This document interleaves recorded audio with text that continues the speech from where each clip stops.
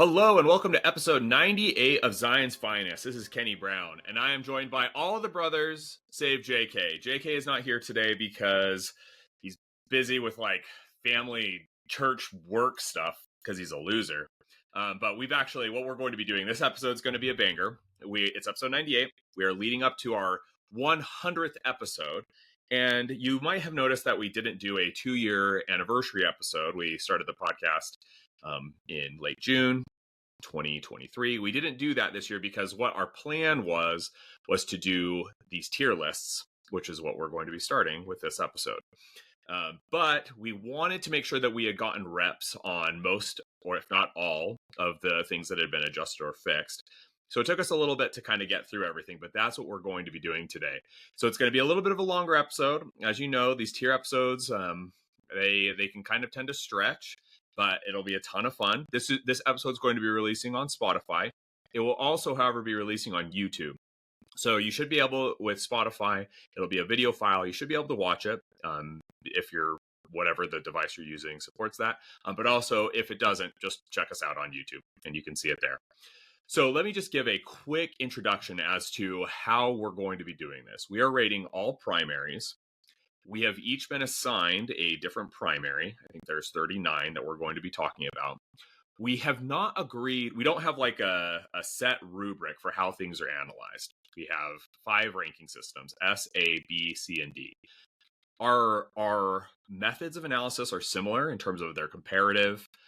We're obviously comparing things against each other. We also are kind of trying to get their absolute power value. But we're all a little bit different in terms of how we approach that and how we think about that.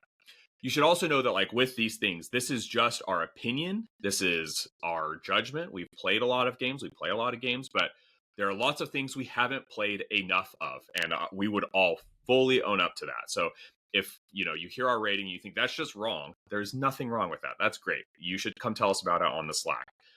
But just be aware, we fully recognize the contingencies of our opinions. And me especially, I have been repeatedly wrong on many, many things. I didn't think Hera was going to be very good, and she turned out to be fantastic, right? I didn't think Lumi was good, and she turned out to be really good, right? So there's a lot of things that are going to be like that we all recognize that. We recognize the errors in our judgment. So just know that. We like to give that as our prefatory. And with that being the case, what we're going to do is we are going to immediately dive right in. And Matt is going to start talking about our favorite farm boy, Luke Skywalker. Yeah, so Luke is one of the primaries that was touched on in the patch. I think he is much improved. I think his new identity is better than it looks on paper. He's still really solid into ranged attrition. He's still a little bit slow and a little bit vulnerable to displacement. I think functionally his biggest problems are just the list building things for a 7-cost primary in Rebels are really, really tough, especially if your name is Luke Skywalker. I think if you could run Daring Hero Luke under him, that would really change his opportunities, but you can't. New 3PO doesn't work because that synergy only works if you have Freedom Leia on the table as well. So I think the community generally has been kind of down on him. I think he is better than that, but he is not as much improved as, say, some other primaries that we're going to talk about later. I think Luke is really, really solidly B tier, and just really struggles from the fact that, hey, there are better things to do in Rebels. B tier is exactly where I have him. Scott, Sam, do either of you disagree? Yes and no. I also have him in B tier, but I have him in low B tier. Okay. I think that he is, if we're thinking about how we've defined tiers, C works in the particular context, and I think he is solid, but I think that competitively he only works in very, very specific contexts, so low B for me. So I'm of two minds on Luke. I currently have him on C tier. I think he immediately goes to B tier as soon as Bodhi is released. Because I have him in C because of the list building restraints. That it's really awkward to build a Luke list that feels, a Luke squad, I should say, that feels cohesive and powerful. But as soon as Bodhi enters and there's more flexibility in how you can build him, I think he has the kit to be B. But I think his 7-point cost and the restrictions of Rebel list building currently have him down in C. But I'm fine with putting him in B because I expect him to be there in a month. So I have him, just so everyone knows, like in my ranking, I have him like right in the middle of B. So I think Scott and Sam are right that if he is in B, he is kind of like trending towards like the lower half of B, but obviously can come up as once Bodhi comes out is a great example. Yeah, I almost put him in C tier. I'm kind of right there with Scott and Sam, that he's just like Yeah. right on the edge, but could be lifted up by Bodhi for sure. Yeah, I think that's great. Okay, so we'll keep him in B, but knowing that he's going to be moving towards the bottom of the pack. Okay, next up is Fulcrum, and Fulcrum is mine. So I think that Fulcrum is a C tier. And the reason why is because when Fulcrum was previewed, we were all super high on her initially because we thought, oh, Rebels are getting a hard-hitting primary who is also defensive. And Rebels, I mean, Kanan is hard-hitting, and but Kanan can, he's hard-hitting, but like there's kind of a caveat to that Kanan really struggles to ace, like he can't, 0 to 100 somebody. And we thought, oh, Fulcrum is going to give us this, along with 4 force, the capacity to have refresh, all of those things. But it just turned out that like all of her numbers are just a little bit worse than they need to be, right? So with particular her Xian side, her reverse script Xian side is fantastic in terms of her expertise. Her offensive expertise is great. She's very, very solid there, but she's just not doing enough damage, right? So then you're like, okay, well, now I'm gonna have to spend more force in order to get the effect, and it just she doesn't really come through like you'd like her to. And so it's kind of a bummer because I was so excited for this figure to come out. And I've played her a fair amount of times, but she has never felt like the star in any of the lists that we've been playing her in. We think that it might be a good idea to make her Spectre, like if they're going to do some kind of future fixes or something, so that she can run with Kanan. That would be pretty interesting. But right now, I don't think she's actively bad, like D tier bad. Maybe towards like trending towards a higher version of C tier, but everywhere on the Slack, people who've run her a lot, Rudy and Alex, and all the people who talk about her, like who've played her a lot, think, yeah, she's just not quite there. So I was honestly thinking about like close to D as well, in the sense that she honestly, with like 1 or 2 changes, she could go up to A or S tier. Okay. But like, because I think there are just some things about her that were so powerful on paper that they ended up basically just making it really unlikely to ever do those things. Yeah. I Am No Jedi doesn't proc very often. I Will Avenge His Death is inflexible in a list where she doesn't have, the same Kiadi Mundi pieces. She's not a Jedi, very specifically, right? Yeah. And so she doesn't benefit from those force discounts. And her tree is just like, she's got really great expertise, like 1 for 2 hits, 2 to 3 for 3 hits, 4 for 4. Like she's got really good defense, but she's rolling 7 dice. She is maxing out at 7 damage as a primary. So like, yeah, I get it. You don't want her to like go crazy, but also let's think about Anakin, and we'll talk about him later. He does 5 damage on 2 steps. Yeah. And and she's supposed to be kind of like an Anakin. So she is close to D tier for me, but like again, give her a little bit more damage on her tree, and I think it changes. She moves miles up. Scott's point is exactly right. That like she could be S or A tier, and I think that's like an A tier figure if just like her numbers were just a little bit better, right? That's I think, and that's what's kind of hard about balancing figures like that is that she's just right there on the edge, and I know they didn't want her obviously to be too good, but she's probably not there. What do you think, Matt? Yeah, I mean, I just want to say I feel really vindicated because when we first saw those spoilers, I was like one of a very small number of people in the Slack that was very down on her. And I just look at her kit and I was like, she looks a lot like old Anakin with a better identity and worse numbers. And Anakin's problem was much more with the numbers than it was with his old identity. And so, yeah, I think that like a couple of changes to her numbers so that her breakpoints are good instead of just off, and I think she could be a real powerhouse. Why she trends towards the lower end of C tier for me, because she's the worst of the 3 Ahsokas. And as mentioned, Also, she draws a lot of comparisons to Anakin, so she's a worse version of Anakin in a faction that doesn't support her as much, and the worst of a good, like the other Ahsokas are both good. So it really hurts her stock. Yeah, this will come up when we talk about Ahsoka 1, whose problem, I think, is that I'm not sure that she is the best Ahsoka, right? And it's hard to be in that world, right? Where there are 4 of your characters, right? Like there's 6 Princess Leias and 7 Vaders, and who knows how many, R2s are going to have. And like Ahsoka, there's 3 of her, and that's because she's a popular figure. And so if you're going to be in that world, like you got to kind of be at the best at what you're doing, right? And she's not there. So okay, let's go on to let's talk about Padme. Padme's D tier, just straight into D tier. There's speaking of not having the numbers, she doesn't have the numbers, and her identity is really wonky in not a good way. Like it's really kind of hard to proc either side of it, keep it working.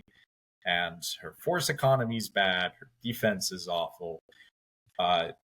She was recently in a GT winning list with Sea of Lightning, but she was only played in the first round once, so that doesn't really change my opinion of her actual power level. So and also everything else around her, basically in Galactic Republic, got buffed, and she got left in the dust. She was already at the bottom of the barrel of Galactic Republic, and now is just there's just really no home for her now. Yeah, I mean, and also Sam, you play her a lot. Like it's not like I play her a lot. And so it's not like you're coming at this from nowhere, right? You play her a lot. You play her a lot at events, on a casual basis. And so this isn't just you chiming in, obviously. Yeah, she's one of my most played figures casually. Like basically at least 50% of the casual events, I am playing Padme. So I enjoy the character. I just don't think she's competitively powerful or viable. Yeah, I think you are right. Let me ask you a question, Sam. So if I changed her coordinated fire to Galactic Republic instead of Handmaiden, I gave her 1 more health, and I gave her 1 more range damage dice on both sides. Do you think that's enough to take her from D to B? Ooh. I think coordinated fire for 2 damage for Republic is really spicy. Like, I think that would be an active design mistake and be too good, even if you didn't make any of those other changes. I do think she would jump. I think it becomes really cool with Anakin. I would have to test it, but I would agree that with that, she probably jumps to at least B. One of the changes that I've thought about is that you make her coordinated fire tiered. So it's coordinated fire 1 damage for Galactic Republic, 2 for Handmaids. And then you make her movement also tiered so that instead of she can give an advance to anyone, but if she gives it to a handmaid, she also advances. Right? Oh, that's fantastic. So now you're getting some you're still sticking to her synergies, but you're also getting reward just for Galactic Republic. I think you could go something like that. And then also she just needs some help in defensive stats. Her offensive stats, math-wise, she gets far ways down her tree. She has good math there. Her defensive stats are awful. Yeah. I mean, if I were looking at reworking her, I would lean into she can make wounded supports contest thing and maybe turn it into a big 1-turn wombo combo. Like on her turn, she can dash all Republic supports, and then at the end of her activation, they all count for contesting. And that's just free. And you allow her to make kind of the big combo play with your wounded stuff. And I think that you could carve out a unique niche for her doing some stuff like that. Okay, let's talk about the most interesting figure we've talked about so far, and that's going to be Krennic. Scott, talk to us about Krennic. Yeah, so Krennic is a really interesting figure for Empire. I think that if we are comparing him to his obvious counterpart, he is not as good as Cassian, but he does a lot of really interesting things for Empire. He is a better version of Veers, and he does a little bit of Thrawn stuff. And so I think if I were to rank the primaries of Empire, the top primaries, and obviously we're going to be tiering them all tonight, but he's in the top 3 for me. That doesn't necessarily mean that I think he can stand with the big boys in terms of the best primaries in the game, but he's turning on a lot of stormtrooper synergy, giving them dashes, attacks, hunkers.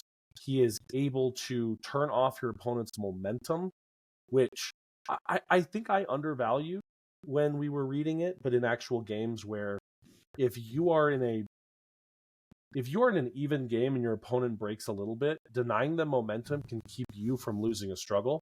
Great point. It is a way to make sure that you are still in parity rather than losing ground. He has an attack. If you've got a primary or secondary that wounds, he can then follow up with another attack, which can be really good for chaining activations. He also can guarantee take you a point on his activation no matter what with his high aspirations. And then arrogance giving him a force discount really helps offset his 2 force issue. So for me, given that he has a pretty okay attack, like for a primary, it's nothing to write home about, but the fact that you are hypothetically getting attacks with him out of his activation, you are giving one of your troopers an attack, and then you're attacking with him. And he's got good expertise, he's got good dice. He maxes out at 8 damage, but he's healing, pushing. He's got 2 pushes on 2 steps. His ability to do plenty of damage, and his defensive expertise is okay, but his arrogance attack expertise is really good. 1 for 2 for 2, 3 to 4 for 3. So pretty okay there. I put him pretty well below average in A tier for me. Okay. Above B tier, but not high up in A tier. Scott, I'm going to ask you 2 questions, because I have Krennic in C tier, high C tier, but I also haven't played him as much as you. But I haven't played him at all. And I've only played against him. But do you ever Shatterpoint Krennic? Yes. Okay. And the reason that I would Shatterpoint Krennic is for the following reasons. If I think about him and what I think is his best list, which is Krennic V2, yeah, I might want to Shatterpoint V2, but what Krennic's going to allow me to do is he's going to allow me to guarantee take a point, move a trooper that can also take a point, and we're going to get 2 attacks off. And so in some ways, that opens up situations where it's not like an Anakin or an Iden, like hey, I have a default Shatterpoint target that I'm going to go with 9 times out of 10. But it's absolutely like in a scenario of 10 times, I can find a situation where maybe 3 or 4 times out of 10, 2 to 4 out of 10, I'm going to pick Krennic. Okay. What do you think, Matt and Sam? Where do you guys have him? So I agree a lot with Scott's analysis. I think he ends up in B tier, and it's entirely a meta consideration, which is Krennic has a really great, really dynamic kit that can do a lot, but his big weakness and the place where you start limiting what he can do is once he gets wounded. And in a metagame where Anakin is everywhere, that's a really, really hard sell.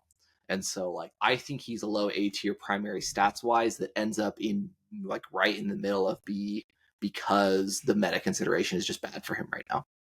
Yeah, those are good points. What do you think, Sam?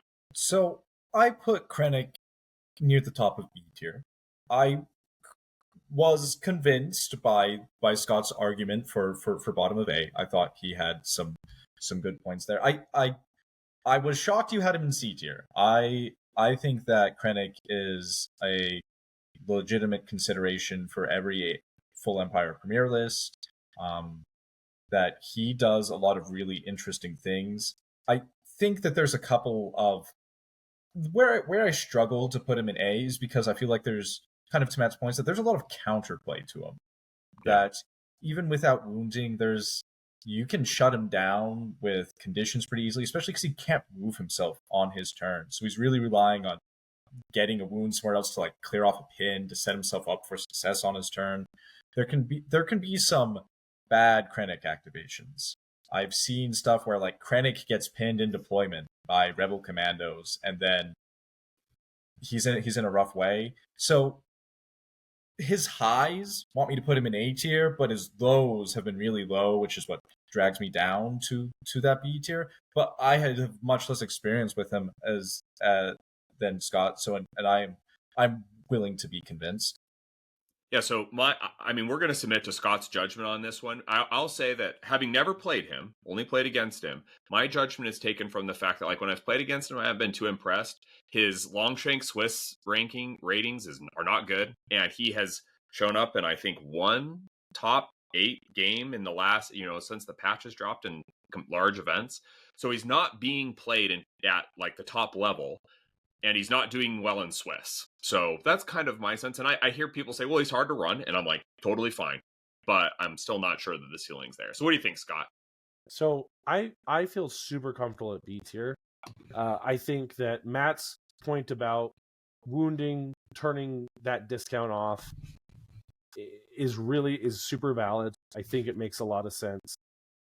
With the stats, Kenny, that's compelling to a degree, but I also look and I say I don't think he's being brought a lot, and that might be difficulty. I honestly think Empire is just in a really rough place right now. Like, not separatist rough, but like they're all, I think, and I think we're going to discover this today.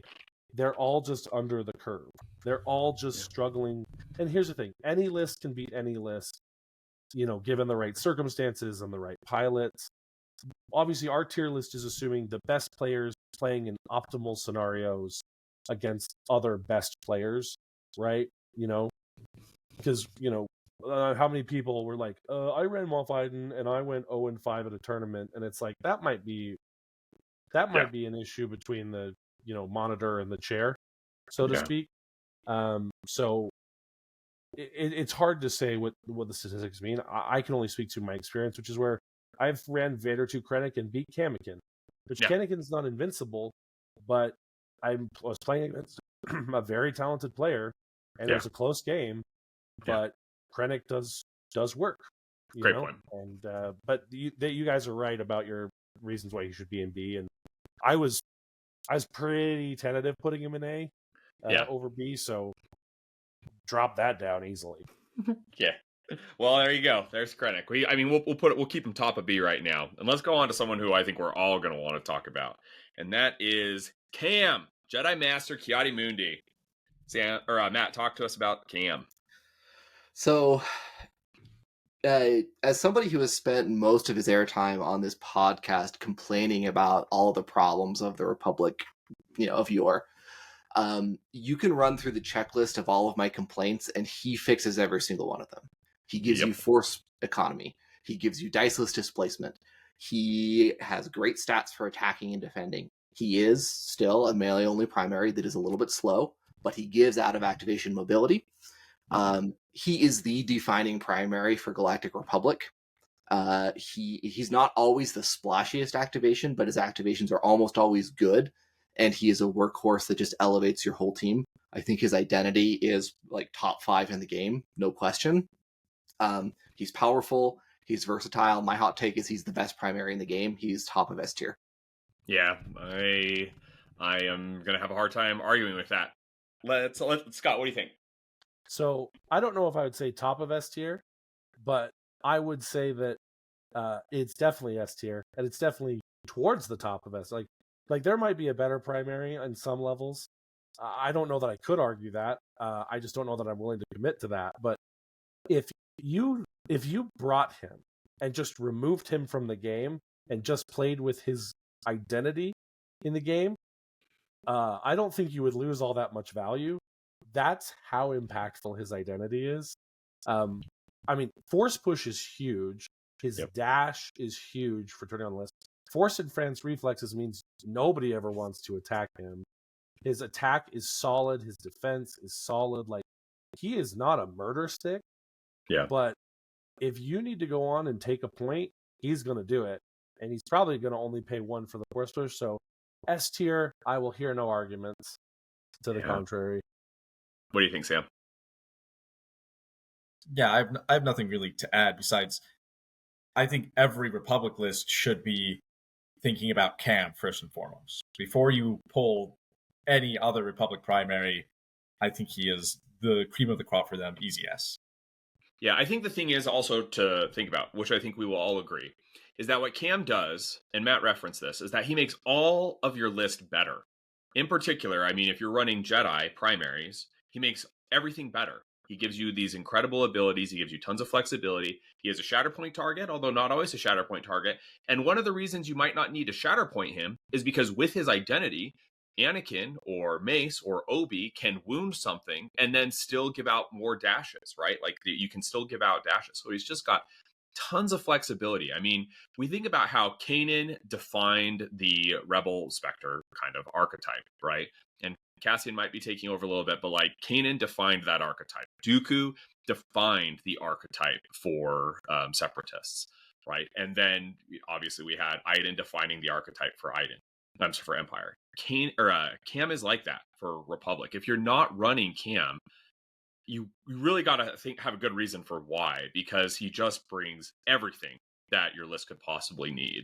And so I'm not sure he might be the best. I think once the list is done, we'll have to have an argument about whether or not he is the best. But we all think he's pretty good. And so, yeah, I went in being like, Nat said he's the best.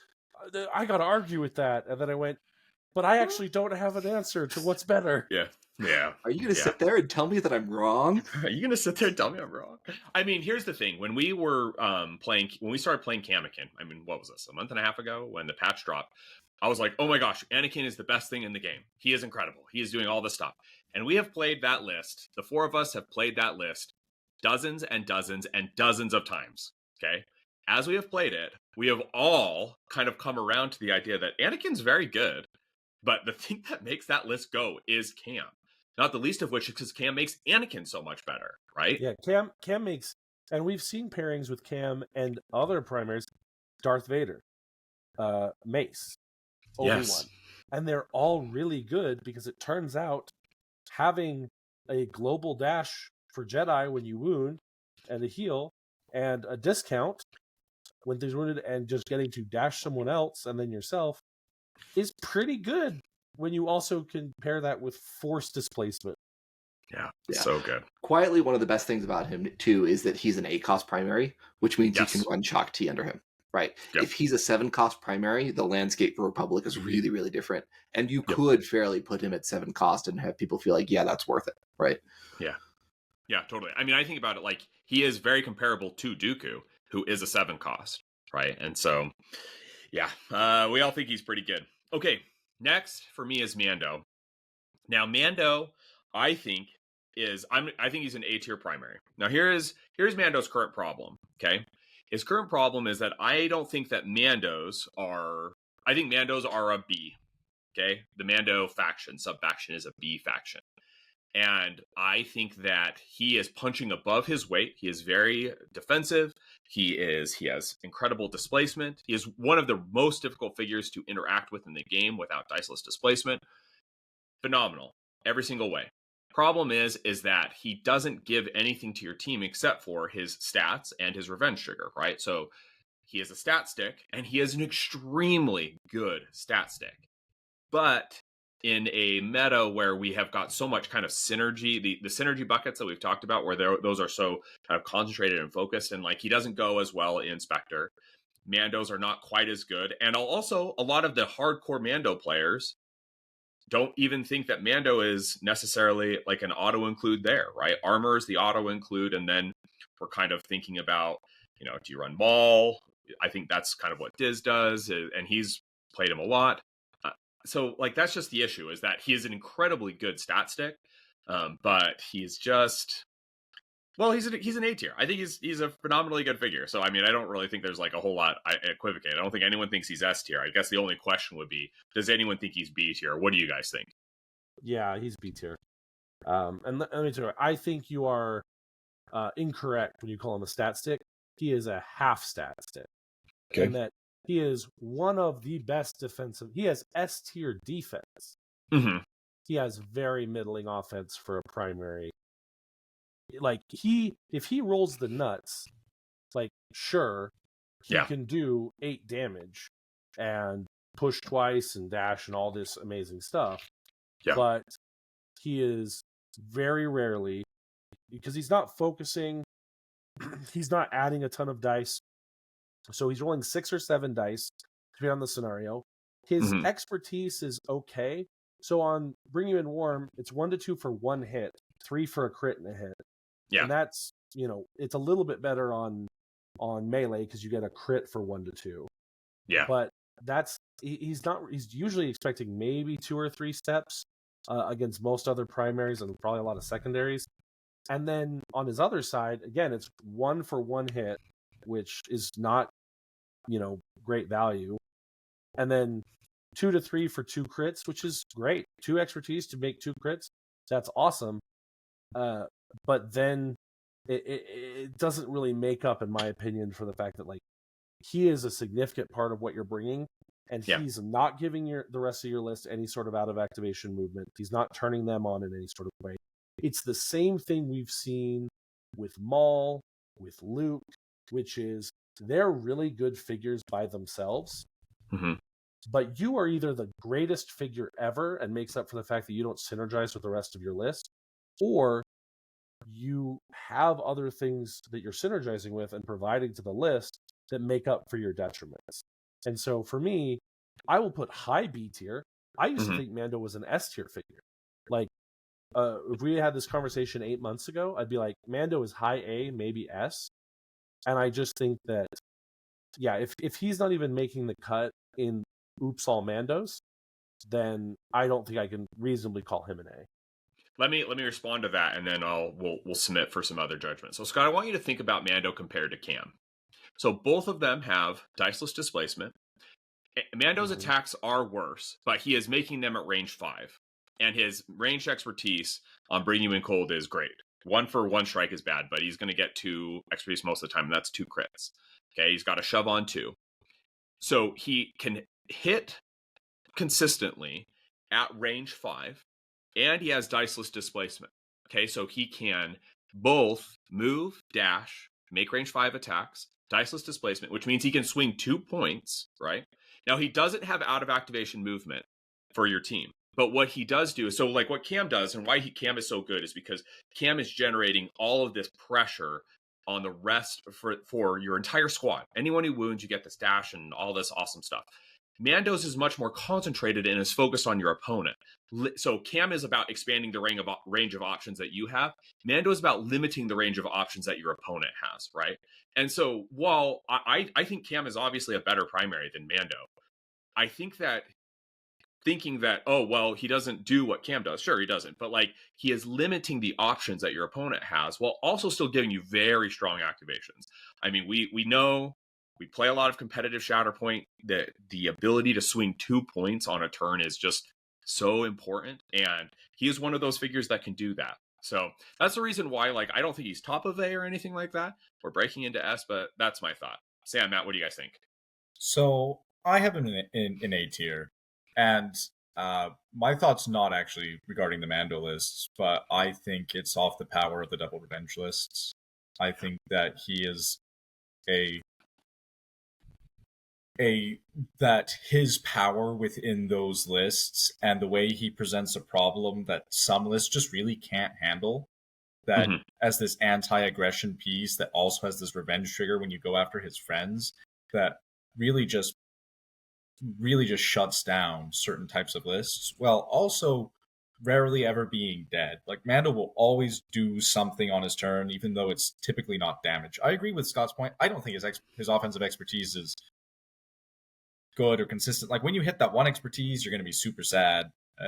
Your range 5 attacks, like, it's bad. His defensive expertise is incredible, and he has the 11 health breakpoint, which is a big deal in, like, where he's not going to get one shot by Anakin very frequently. He's going to be taking 3 to 4 attacks to bring down, especially with his recovers that you can get if you wound something else in between there. Great point. And so between all of that and where, even in the Mando list, which is I think one of his weaker lists, I think the double revenge list, the Kanan Mando list, the PLC Mando lists are still very, very strong.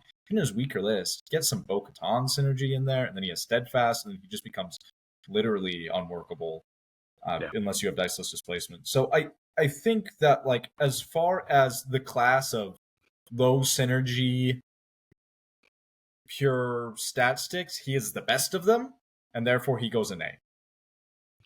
What do you think, Matt? So my thought was initially that he was a low A primary that ends up in B due to meta considerations, but I think Sam has convinced me that he belongs in A. My general thought is that revenge triggers are never going to be the dominant defining list in a metagame, and how good they are in the metagame is always going to be a reaction to what is the dominant list. So when heavy attrition is really, really strong, that's when also, revenge trigger lists are going to rise with her.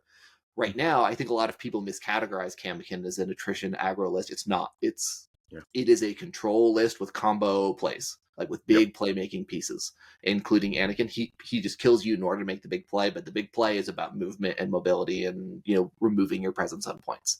And so I think that revenge triggers are weaker now than they were a few months ago before the patch. But I think that Mando is really, really flexible. Having a revenge trigger that is not at all keyed or connected to other synergies in eras and with editing cost primary is really, really flexible. He's always going to be a piece that you consider. All right. Well, then let's keep him in A, and let's go to our next, which is Vader 1, and Scott's going to be talking to us about Vader 1. Yeah, so Vader 1 has existed in a really interesting position throughout the meta where, he existed in S tier, he's existed in A tier, he's existed kind of all around and bunched around. I think where he lives in now, he probably had the least consequential nerf, perfectly reasonable nerf, but probably the least consequential nerf we've seen, because it's like, okay, that's going to change a little bit of what we do, but not really the meat of it. I would say that right now, I probably struggle a little bit for where I would put Vader 1, in the sense of he feels like a between a B and a C for me, in that I think what he does is very good. Like, he is probably the best single attack wounder in the game, in the sense that if he's got his Vader's Fury adding 2 damage, he is very consistently doing 10 to 11 damage, wounding most anything in the game. And that's great. And the ability to give out extra attack dice is really impactful. I really only think there's 2, maybe 3 lists that he works in right now. Mm-hmm. And I don't know how competitive those lists are. So Vader Grand Inquisitors, I think, works, but I think it doesn't, in a meta consideration, doesn't really cut it. And then when you've got Vader Mace, which we saw actually at a tournament yesterday, that maybe has some potential that we need to explore. Matt has talked about Vader Ki-Adi-Mundi, which I think is really interesting and opens up to a lot of really cool possibilities. I think the reason why Vader 1 falls a lot for me is that you can't bring him and Anakin in the same premier list. Yeah. And I think that knocks him down. The reason I consider C is because if I'm defining C as works in very particular contexts, then that feels like a C to me. But I do think his quality as an individual figure and the fact that he does turn a lot of things on, I would put him in B. So I think Vader 1 is really slept on. I think that Anakin has drawn a lot of attention because Anakin is really good. He is. And people are kind of sick of Vader 1. He's old news. He got nerfed where Anakin got buffed. Like, there's a lot of things that are keeping them, they are always going to interfere with each other. But his identity does incredible lift for your whole team. Yep. And I was playing Vader Mundi before the patch, and I was willing, largely because I was a staunch, I'm just going to refuse to play Iden kind of player. But I was playing Vader Mundi into Iden and winning some games, right? And a lot of that was off the back of old Obi-2. But I think that if you pair Vader with Mundi or with Obi-Wan or with Mace, you suddenly have every single attack that you make is going to be really, really powerful. I think that in Republic specifically, I think that if you pair him especially with either Mundi or Lumi so that you get an extra reward when your stuff kills things, you have a really, really compelling attrition list. It's one of the things I've seriously considered as a counter to Kamikin, because one of the weaknesses of Kamikin is if you kill his friends, the global dash does not matter. Yeah. And I also think that he elevates Inquisitors, and the Inquisitors are good. I think he's high B tier. With more testing, I could see him being low A tier, honestly. As someone who is a hardcore Republic player and has been playing a lot of Anakin, I have really seriously considered just running Vader 1 instead of Anakin, to have a better option for the mirror that can still win games on in other matchups. Yeah. What do you think, Scott? High B, low B? I think mid B, because again, like I think testing, like let's put him above Krennic, but he's not going to be the top of B tier. I think other stuff's going to beat him out. I agree with that placement. I think Matt makes a compelling point about him being a bit slept on. I think he has some interesting synergies. I think the fact that he's fighting with two other Vaders and Anakin does push him down a bit for me. But the Red Mandos talked a little bit about him, and I think they made some good points and some interesting points there. And so I'm willing to put him in B tier, kind of around the mid, and see where that shakes out. Yeah. The other thing I think he does for Republic, just really quick, is that Republic has two really great 3-cost supports. Yeah. And the rest of them are kind of middling. But Vader takes two of those other middling ones and elevates them to be quite good, which Great are point. Padawans and Phil's clones. And so if you are wanting to run deep into Republic and run like Mundi with Shock T and Mace and Anakin or Vader can give you an option of a 3-cost support that doesn't feel terrible. Yeah, that's a great point. All right, let's go on to CAD. Sam, where do you think CAD goes? So I have CAD almost the very top of B tier, and that's solely off the basis of his pairing with Cassian. I think he's the weakest part of that list, but I think his identity is really, really good now. Yeah. I think the era change really elevated CAD. Now that you can play him with IG-88, he's much more compelling. I think that was kind of the secret sauce that was missing from him. But then when I look at that, why I can't put CAD up into A, because CAD is like a chassis that is allowing other things to shine. And that doesn't quite compel me enough to put him up into A when CAD's own activations can be lackluster sometimes. Yeah. But I think what he does in giving extra force and giving you 9 squad points is quite powerful. So I had him in low A tier, but if I ask myself, would I ever run CAD without Cassian? Probably not at the moment, but I'm open to kind of change there, because I think CAD's identity is really powerful there. I haven't seen, I think obviously Cassian pairing with Charming Princess Leia or a few other candidates work. I just feel like the Cassian CAD synergy works really well, and CAD has a really solid attack. He's got good mobility. He's got some extra little toys that he can do extra damage. So when you really need to wound things, when you need to do extra damage, it works.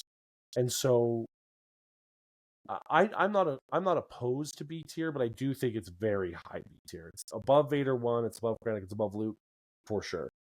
Yeah. I think those are all great points, and I think high B, low A on the back of this CAD Cassian seems to be where we're at. I mean, he's been showing up in competitive lists, and so I think we're all there. Let's move on to Leia, Freedom Fighter Leia. Matt, tell us about Freedom Fighter Leia.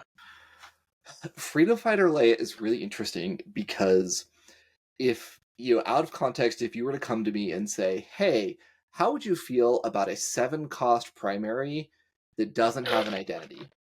And I would say, what are you doing? What are you talking about? But she's actually, she has a surprisingly solid kit. She's one of 2 units left in the game that has coordinated fire exposed. Technically, she's the only one with coordinated fire exposed. The other one would be Fifth Brother, and technically that's an enfeeble, and it's a slightly different ability.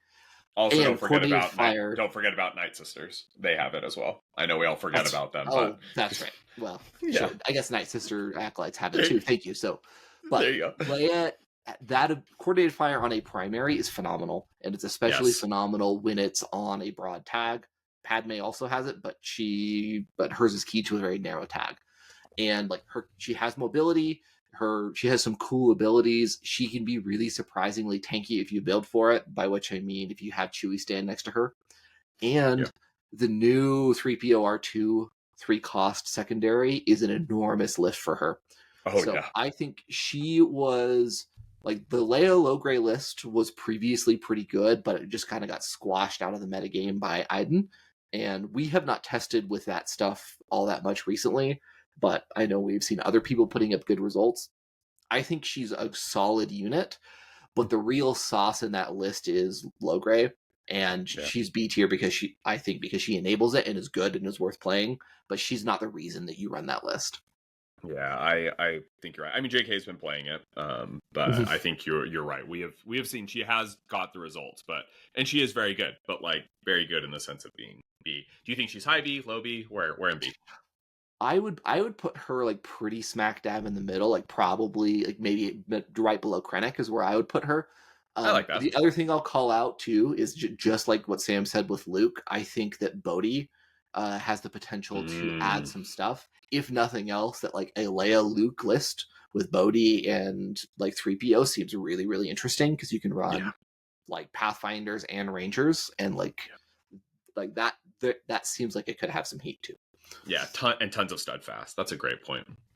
Okay, well let's all start playing taps because I'm going to talk about Dooku. So Dooku I think that Dooku is an incredibly interesting primary, especially in the context of the current meta. He would be so good into Cam and Anakin and everything that's going on in the current meta. His problem is that he has two problems.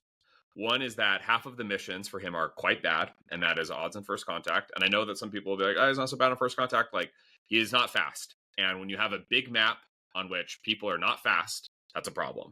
Okay? But, like, mitigatable. But his other problem is that he is a 7-cost primary in a faction with, out of its 3 supports, 2 of them are dog water. And the one that's not dog water is 4 cost, right? And so it is just like, you think about list building with him, and you're like, I would so much rather play Kamakin than Dooku Grievous on odds or something like that, right? And we have played with new Magnas, and they are not good. And it hurts my heart to say this, but I think that Dooku in the year of our Lord 2025 is a C tier primary. And also, before I turn it over to Sam to also harp on this, I just want to say that, you know, without spoiling anything, Dooku, Grievous, and Asajj got a huge buff, are 3 of the lowest win rate primaries. They are all around 35% win rate in Longshanks since the patch. And that is like with lots of games. So I cannot believe I'm saying this, but I think Dooku is a C tier primary. What do you think, Sam? Yeah, not only is he C tier, I think he's near the bottom of C tier currently. Like, I gotta say it like that. He's definitely below Fulcrum. And it's purely on that Separatist plus 7 cost, like exactly what you called out, Kenny. Like, the units who he's enabled to bring are just bad. And Dooku is not good enough to lift that. So, yeah, he's down there, the very near the tail end of C for me. Kenny, I have a question for you. Yeah. Is there a scenario in the year of our Lord 2025 where you would go to a tournament and you would bring Dooku in a squad? No. I think he's D tier. Let me explain why. As a stat, if you just released his card, and like if AMG was releasing him now and just released his card, I'd be like, that's a B tier, maybe an A tier, because I'd say like, oh, he's gonna turn off, like he's got so many defensive things against Anakin and anyone using melee, like ranged is gonna happen, but he's got like force refresh. But I think it's kind of like what Winter Matt put it great, which is for me, he's a B tier primary, but the meta drops him down. Yeah. And I think it drops him down to D because I can see myself playing around with Fulcrum. I can't see myself playing around with Dooku and it's tough because, you know, the nature of this game is we're not just evaluating what's on the card. We're evaluating the squad points on the front. Yeah. So that's a great point, Scott. I also want to say one more thing is that Dooku has this other problem, which is that there are no ways to move Dooku outside of his activation, right? Unless he is attacked, which you never do. So like Dooku. If we want to talk about a figure like Anakin can wound. I think we've all run the math on this. Like he could wound Mando if he high rolls a little bit. With Dooku, if you have Force to spend, it's almost mathematically impossible for Anakin to wound Dooku. It's not completely, but like almost. And like even that, with Anakin being played everywhere, Dooku still cannot find a spot at the table. And I just think like he has everything. Like Scott is right, and I don't know if I'm gonna agree with Deep, but like everything is like pushing against him. Where it's like his faction is bad. No one has a way to move him. Right? He doesn't have like someone who can dash him around, and so it's like great. Cam goes, yeets him, Shakti yeets him, and now you're like, all right, I guess I'll die. Right? Like it's just, so I think there's a lot in Dooku's kit that is like really, really great. Like his defensive tech is phenomenal still. It's amazing. His identity is like crazy because it's like it's a crazy Force refresh plus also kind of like a baby revenge trigger. Like there's a lot of stuff there that's great. Jango's still very, very good. Honestly, I think that if they released a new 3-cost support for Separatists, that changes a lot for Dooku. Like he to me reads like an A or B tier primary. It's just I can think of one reason why you might bring him in a premier list, and it is very specifically you are running Kamakin and you are bringing shifting priorities, and you are expecting to just play Kamakin into everything but the mirror, and then you have like a Dooku Ahsoka or a Dooku Mando or a Dooku something where you're trying to hard tack against the mirror. But like I don't think that's a good reason. It is not anywhere close to the top of my list for a solution to that problem. I think it is a reason, but I could see him in C tier. I could see him in D tier. What do you think, Sam? I want to say one thing. I think Scott is right that there is no reason to bring him competitively currently. The reason I still don't have him in D tier, though, is because I don't think that's Dooku's fault. So, like, I put stuff in, like, kind of my... And that's just a difference, I think, kind of in our slight differences of, like, what is D tier. Like, the D tier is the stuff that, like, this unit is the anchor in the list, and I don't think Dooku is the anchor in the list. Okay. So I think Scott has like entirely convinced me that, I mean, I would not ever run Dooku at a competitive event, but I think Sam's right in that it's not Dooku's fault, right? And so, I mean, I think we're all okay if he goes in low C, which I still cannot believe we are doing.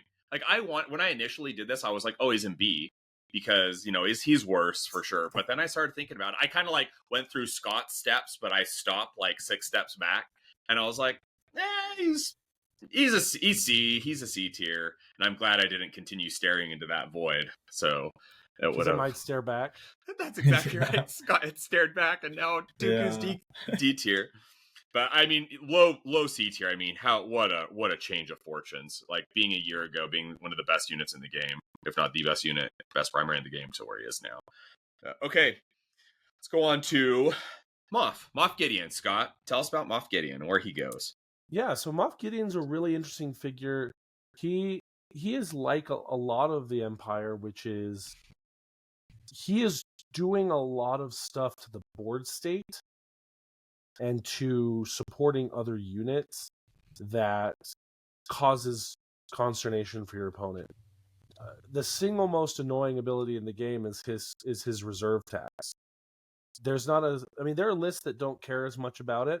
They're called people who run Thrawn. Yeah. But even then, they're losing out on their extra discount that they'd normally get. And for a long time, Moff Gideon was the single reason why Republic couldn't really be at the top echelons of play. Great point. Because they just needed the flexibility to be able to reserve. And he just said, sorry, not going to happen. His attack is fine. His defense is fine.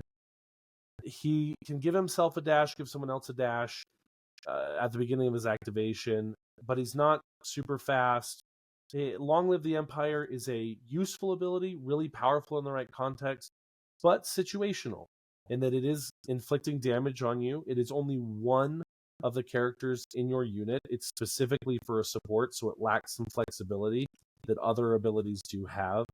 Mm-hmm. And honestly, it is one of the things where in the Moff Iden meta, people sometimes when we'd run Moff, people would look like V2 is right there. What are you smoking? And it's like, hey, I will maintain that I was right. But the reason that I brought Moff over V2 was primarily just that he is an 8 squad point figure, and I could bring Yep. Dark Troopers and Death Trooper Escort. Yep. And Dark Troopers were the best single figure in the game. They were incredibly powerful. And so with their nerf, Moff Gideon has certainly taken a hit. I've seen him paired with some Inquisitors for some uber tiebreak lists. I've seen him paired with Thrawn. I've seen him paired with Vader too. I've seen him kind of in the Empire. For me, I think that he probably, for me, occupies a space below Freedom Fighter Leia and above Luke. Really kind of on the same point as Luke. I just think that he does offer some added benefits. So I put him in B tier, just right below Freedom Fighter Leia. I would rate him a little bit higher, honestly. I think the Grand Inquisitor Moff Gideon tiebreak thing has legs, and I think it has legs into Kamikin. I mean, I lost to it yesterday, playing Kamikin, and some of that was on the back of some variants, but a lot of it was on the back of some good play. But I also think the tiebreaks create a lot of tempo scoring. And one of the things that Kamikin specifically is trying to do is line up the right circumstances for your big kind of combo to go off. And what the Inquisitors do, what tiebreaks do specifically, is they create a situation where the amount of time you have to line that up is much more limited because the scoring pressure is higher in the early game. I also think that the other piece there is that Death Trooper Escort can cause Anakin fits. He can run away from Anakin after the first attack, and he can prevent the double tap, right? And so, being able to limit options is a great thing. I think the tiebreak is a great thing. Moff Gideon can be underwhelming in terms of his attack, in terms of some of his other stuff. But his added die when you're attacking people, that are contesting an active objective you don't control is great. I would put him in the top 3 of Empire primaries currently. And I would put him probably I would maybe put him in the top of our B tier right now, but I could be persuaded. I think he's over Krennic, but what do you think, Scott? So I think you're wrong, Matt, in the sense that I don't think he's in the top 3 of Empire primaries. I think that's Vader 2, Krennic, and Thrawn. But the problem that I have with what you're talking about is I don't think that tiebreaker list actually has legs. I've played against it multiple times. The problem is that it only has 6 bodies. It does really well in Struggle 1, and it falls apart incredibly quickly. The problem is that it doesn't have enough movement. It gets force-heated out of the way really easily. And, tiebreakers, but you just body the points, and because you don't have Vader with Inquisitors, they actually really struggle to wound. Fifth Brother does not have good attacks, and without protection and steadfast are required for him because he has really bad defensive expertise. And so, Reva is your highest damage dealer there in your secondary. And so that becomes sort of a challenge, against Kamikin, at least in my experience. And I think some other lists are going to similarly just kind of shut it down. I also think that making an argument for Death Trooper Escort is not actually something that gets in Moff Gideon's benefit, because you can run Death Trooper Escort with a lot of people, and also Death Trooper Escort, if you have 5-0 first, Anakin can't one-shot him. It's really hard for him to one-shot him because he'd have to do 10 damage in one attack, which is going to require 5 steps. But if you have 5-0 first nearby, you just strain him, and then it's a non-issue. So I get where you're coming from, but I think probably the big debate here would be is he better than Krennic? Is he also? I guess we put Vader 1 over Krennic, but we're doing that as Vader is a republic is he's a republic yeah. person, but I think Matt, I could be convinced to put him higher than he is now. Yeah. I just think that if you told me I had to build Krennic into a list or I had to build Moff Gideon into a list, I'd feel better about Krennic. Thing about Moff, I'll say is, so I played Taylor Chavez yesterday. We played Taylor Chavez is an incredibly strong player. He took Fourth Sister. I think he played Scott in the fourth or fifth round at LVO, which meant he was undefeated. Fourth round, which meant he was undefeated up until that point with Fourth Sister in LVO pre-patch. I mean, Taylor is a incredibly talented player. He's also young. I mean, he is Justin's son, and I think he's 16 or 17 years old.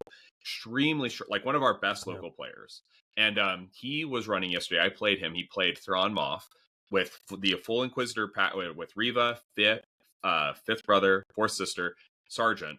And he very much uses it as like kind of like Matt's talking about a tempo scoring list. And with Thrawn and giving so much out of activation movement, it is able to really, I mean, you can score 4 points in pretty consistently with that list, which is kind of insane, actually, considering you're so many bodies down. It does, however, require a tremendous, watching Taylor go through that list, I'm like, this is one of those insanely high skill cap lists that you need to play a lot in order to make work, but it can absolutely work. I mean, our game, I was playing Kamakin. We were playing on shifting. I won struggle 1, and he fought struggle 3 to like he almost beat me, and the variance kind of broke my way a little bit, and I was able to win. But it's definitely, I think it's got legs, but I also think it's a very hard list to pilot, and I'm not positive. I mean, Moff is a big deal, but I don't know how big of a deal. Yeah, it is. because my question there is, how much of the success of that list was due to Moff Gideon? Sure, which I don't know, right? Like, Long of the Empire helps the Inquisitors. Absolutely, yes. It does. Yep. That's piece. And then I don't know how much you cared about the 2 reserve tags. I mean, I'm running Kamakin, and so I did it. Yeah. You know, exactly. and so, but you know, like that, it was interesting because like I was playing Kamakin on shifting, and I have played Kamakin 50 times, and I was like, oh, like I won struggle 1, I'm going to win this game, and then I was like, oh, I might not win this game, right? And so I'm not saying that's Moff. I'm just saying that I think that Moff absolutely was a piece there, and I think he's higher than Krennic personally, but I'm also, I guess, lower on Krennic than the rest of us. So I don't know. Like, so, just my really brief thought on Moff. So, to me, he's still, if I'm like up against an Empire primary, I would rather play against Krennic than Moff. Is still my general sense of things. Is that Moff presents more issues on the table playing against him. But at the same time, I think he feels less dynamic if you're playing him. Yeah. You know, like, and so that's kind of where like the struggle for this. I think his, like, I would have him, like, and for that reason, I would have him over Krennic. But I also see that, and this is like, I think that's something that I've heard repeated, not in those exact words, but in a lot of different settings, that like a lot of people play a lot of Empire say, hey, he doesn't feel great, and then people who play against Empire are like, this guy feels like quite the thorn to play against. And so I think this is a fair spot for him, because I think we're kind of defaulting to like, how does he feel to play on the table? But my sense playing against him is that he still feels like one of the best Empire primaries to me to play against, and one of the ones I want to match up against least. Yeah, I'm fine if we want to put him above Krennic. I'm compelled in that way. But the one thing I would say to Kenny, at least, is Kenny, you opted to play Spectre into our final match at LVO entirely because you were worried about Moff as a liability. Yeah, for sure. Absolutely. So that's I think a piece there. I think Krennic is. Let me put it this way. I think Krennic requires a little bit more precision to pilot, and I think he's slept on a little bit, and I think Gideon offers consistent value out the door, and so that's probably he's automatically got the reserve tax, he's got tiebreakers, he's going to do okay tax. I'm convinced to put Krennic ahead of him, but I think they're close. Okay, well, fine. Then we're switching them back. I mean, JK has Moff top of B, so, I mean, that should win out. All right, Lumi, Matt. Lumi, I think, is in a really interesting place. I think last year in our tier list, one of the things that we said is she has the best identity in the game. And I think that we have seen a lot of really great identities since then. I think her identity is still quite good, if not in terms of power level, just by the fact that it is giving you a power level that is similar to other primaries, but on a tagless basis. You don't have to build your list any particular way to benefit from it other than just can I kill people. Great point. She still has kind of all of her same problems. Like her defensive stats are really, really great. She is the slowest primary in the game, I think. She has like no, maybe not, but her pay to dash is just a dash. Like, she has a bad force dash ability compared to like some of the other Jedi that are just getting it for free as a tactic now, and they get to move other people. Her activations have a low floor and a low ceiling. And she's really dependent on a combat action to move around. Her biggest problem now compared to last year is just that Ki-Adi-Mundi kind of eats her lunch. He is giving Republic a better version of her identity, and also force discounts and also displacement. I think there are still places where it makes sense to play her. I think the best separatist list right now is Grievous Lumi. And I would say that there is maybe also a reason if you want to play a really killy, like, clone range attack focused list with Hunter. I think she makes a reasonable pairing for that. I think you could maybe pair her with Vader also, but I think Mooney's better. I put her in C tier. I think she's a reasonable primary, but she's deflated by the fact that there are just many better options in Republic now. And not only are there many better options in Republic, but like the faction that she was playing a lot in, which is Separatists, is also bad, right? And so it's like, and also we've got Rift Tamsin coming out, and so we don't even know that she's going to be really good as an aggro option, right, for Separatists, assuming that like they ever show back up on the horizon. I mean, I think that Lumi is like pretty middle of the pack C, but I don't know. That's my sense of things. One thing I think is interesting, just really quick, is I think if she had open era tags, you might see her run an Empire. Like, just as is with her kit. Just like an 8-cost primary that gives you a dash on wound. Like, pair her with Iden, pair her with like other stuff in Empire, play an attrition list, and go. Right. Yeah. Absolutely. Yeah, I feel I'm with you, Matt. She's a B tier primary who gets brought down to C for meta considerations. Yeah, I think that's right. All right, well, boring takes on Lumi. Okay, I'm going to talk about Ahsoka 1. So I think Ahsoka 1 is like top of B tier. Now but I'm going to say it like this. Ahsoka 1 has a phenomenal revenge trigger now. The ability to heal 3, jump any direction is like Kanan's, but she could also advance, and she can then make an attack if, targeting the figure that did the wound. So it's not quite as good as Kanan's, but like she has more mobility. Like, it's Mando's revenge trigger, effectively, except it can also come with this attack. She adds expertise to everyone within her range 2 bubble, which is including herself. So Exposed doesn't work. Now, Exposed isn't as big of a deal, but like Exposed doesn't work. And also just adding an expertise is phenomenally good.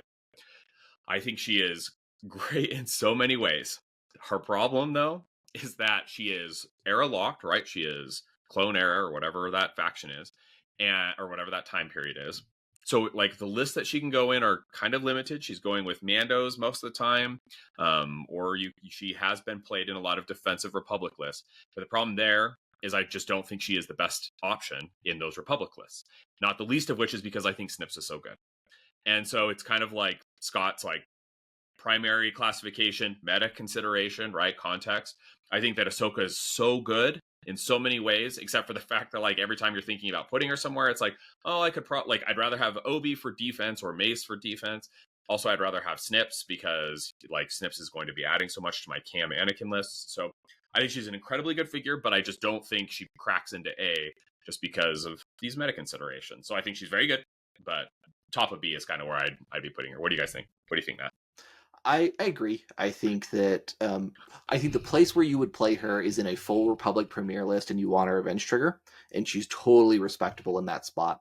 But It does mean you are sacrificing the power of having Snips with Anakin, and that is not a small sacrifice.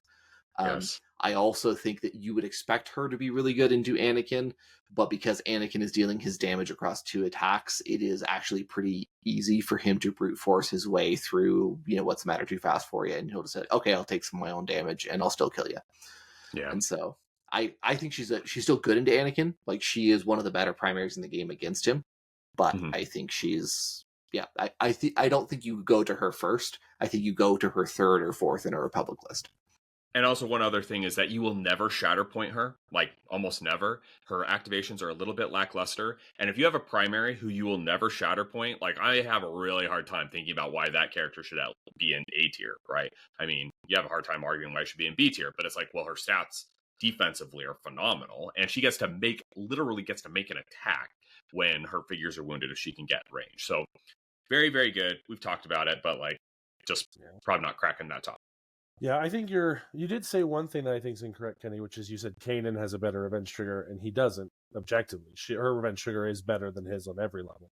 It's one extra heal, it's a jump or an advance, and she gets to make a full attack. But he gets to make it. He gets a 5 dice. His attacks are better, but on paper, her revenge trigger is superior. Well, she has to attack the target, or the person who did the wound, whereas Kanan can attack anybody. That's fair. That's totally so fair. Kanan has a ranged attack. And Kanan has a ranged attack. I mean, she is fast. She is fast. I mean, she can get there. But, like, her ability to, I will say, I think you guys are putting her too high. Yeah. She needs to be lower in B tier because I played against her yesterday, and she was an almost nothing factor in the whole game. She did 2 damage and maybe even 1 or 2 damage to an ARF, pushed him off a point. Oof. Which was only allowable because I actually made a mistake positioning. I could have positioned so that she couldn't have even taken the point. Her activation, like, she has great expertise. She's good defense, good defensive expertise. Again, deflect. Like you're never going to kill her, but you can ignore her. That's the thing. Anakin doesn't need to attack her. He'll just go kill the other primary and all your secondaries, and it won't matter. So, I mean, I'm saying put her between Vader and Krennic. I think Cad and Vader 1 are superior. I'd put her lower, but I know that you guys are not going to go for that. But yeah, I think she is just not going to cut it. And again, I would much rather run snips. Yeah. I think to at least moving her below Cad and Vader, I think her activations are at the very best, they're equal to Cad's, who has the worst activations of those two, and her identity is often less impactful, I think, than either of those two for their specific lists. And so I have trouble putting her above them.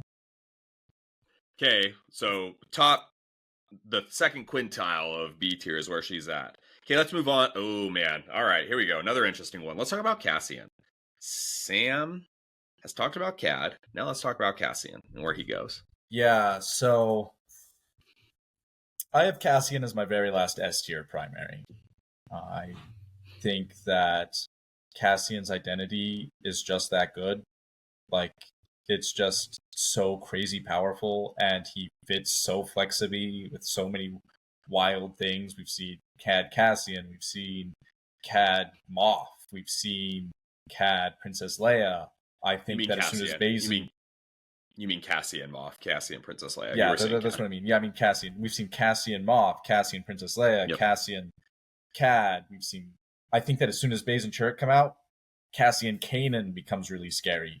Like, I think that his identity and his splash damage at the end of struggles are just so powerful that the ceiling for his lists are just so high that I really...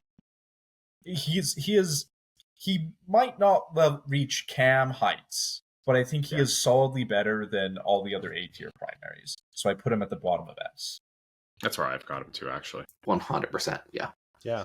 I don't even have him at the bottom of S. I just think he's an S tier primary. And honestly, it's for only his revenge trigger. I think his revenge trigger is the best one in the game. It's so good. Yeah. Giving an advantage or a reposition to anyone. Yeah. There's no revenge trigger that has anything like that. That has just completely destroyed the tempo of so many games. Yeah. That it just punishes. Like, everything else on him is perfectly fine. Honestly, if you took that identity away, he'd be a B tier figure. But, like, just that identity for me raises him up to an S tier. Yep. Because his activations are kind of like, but you're right. Like, the identity is so good. Revenge triggers.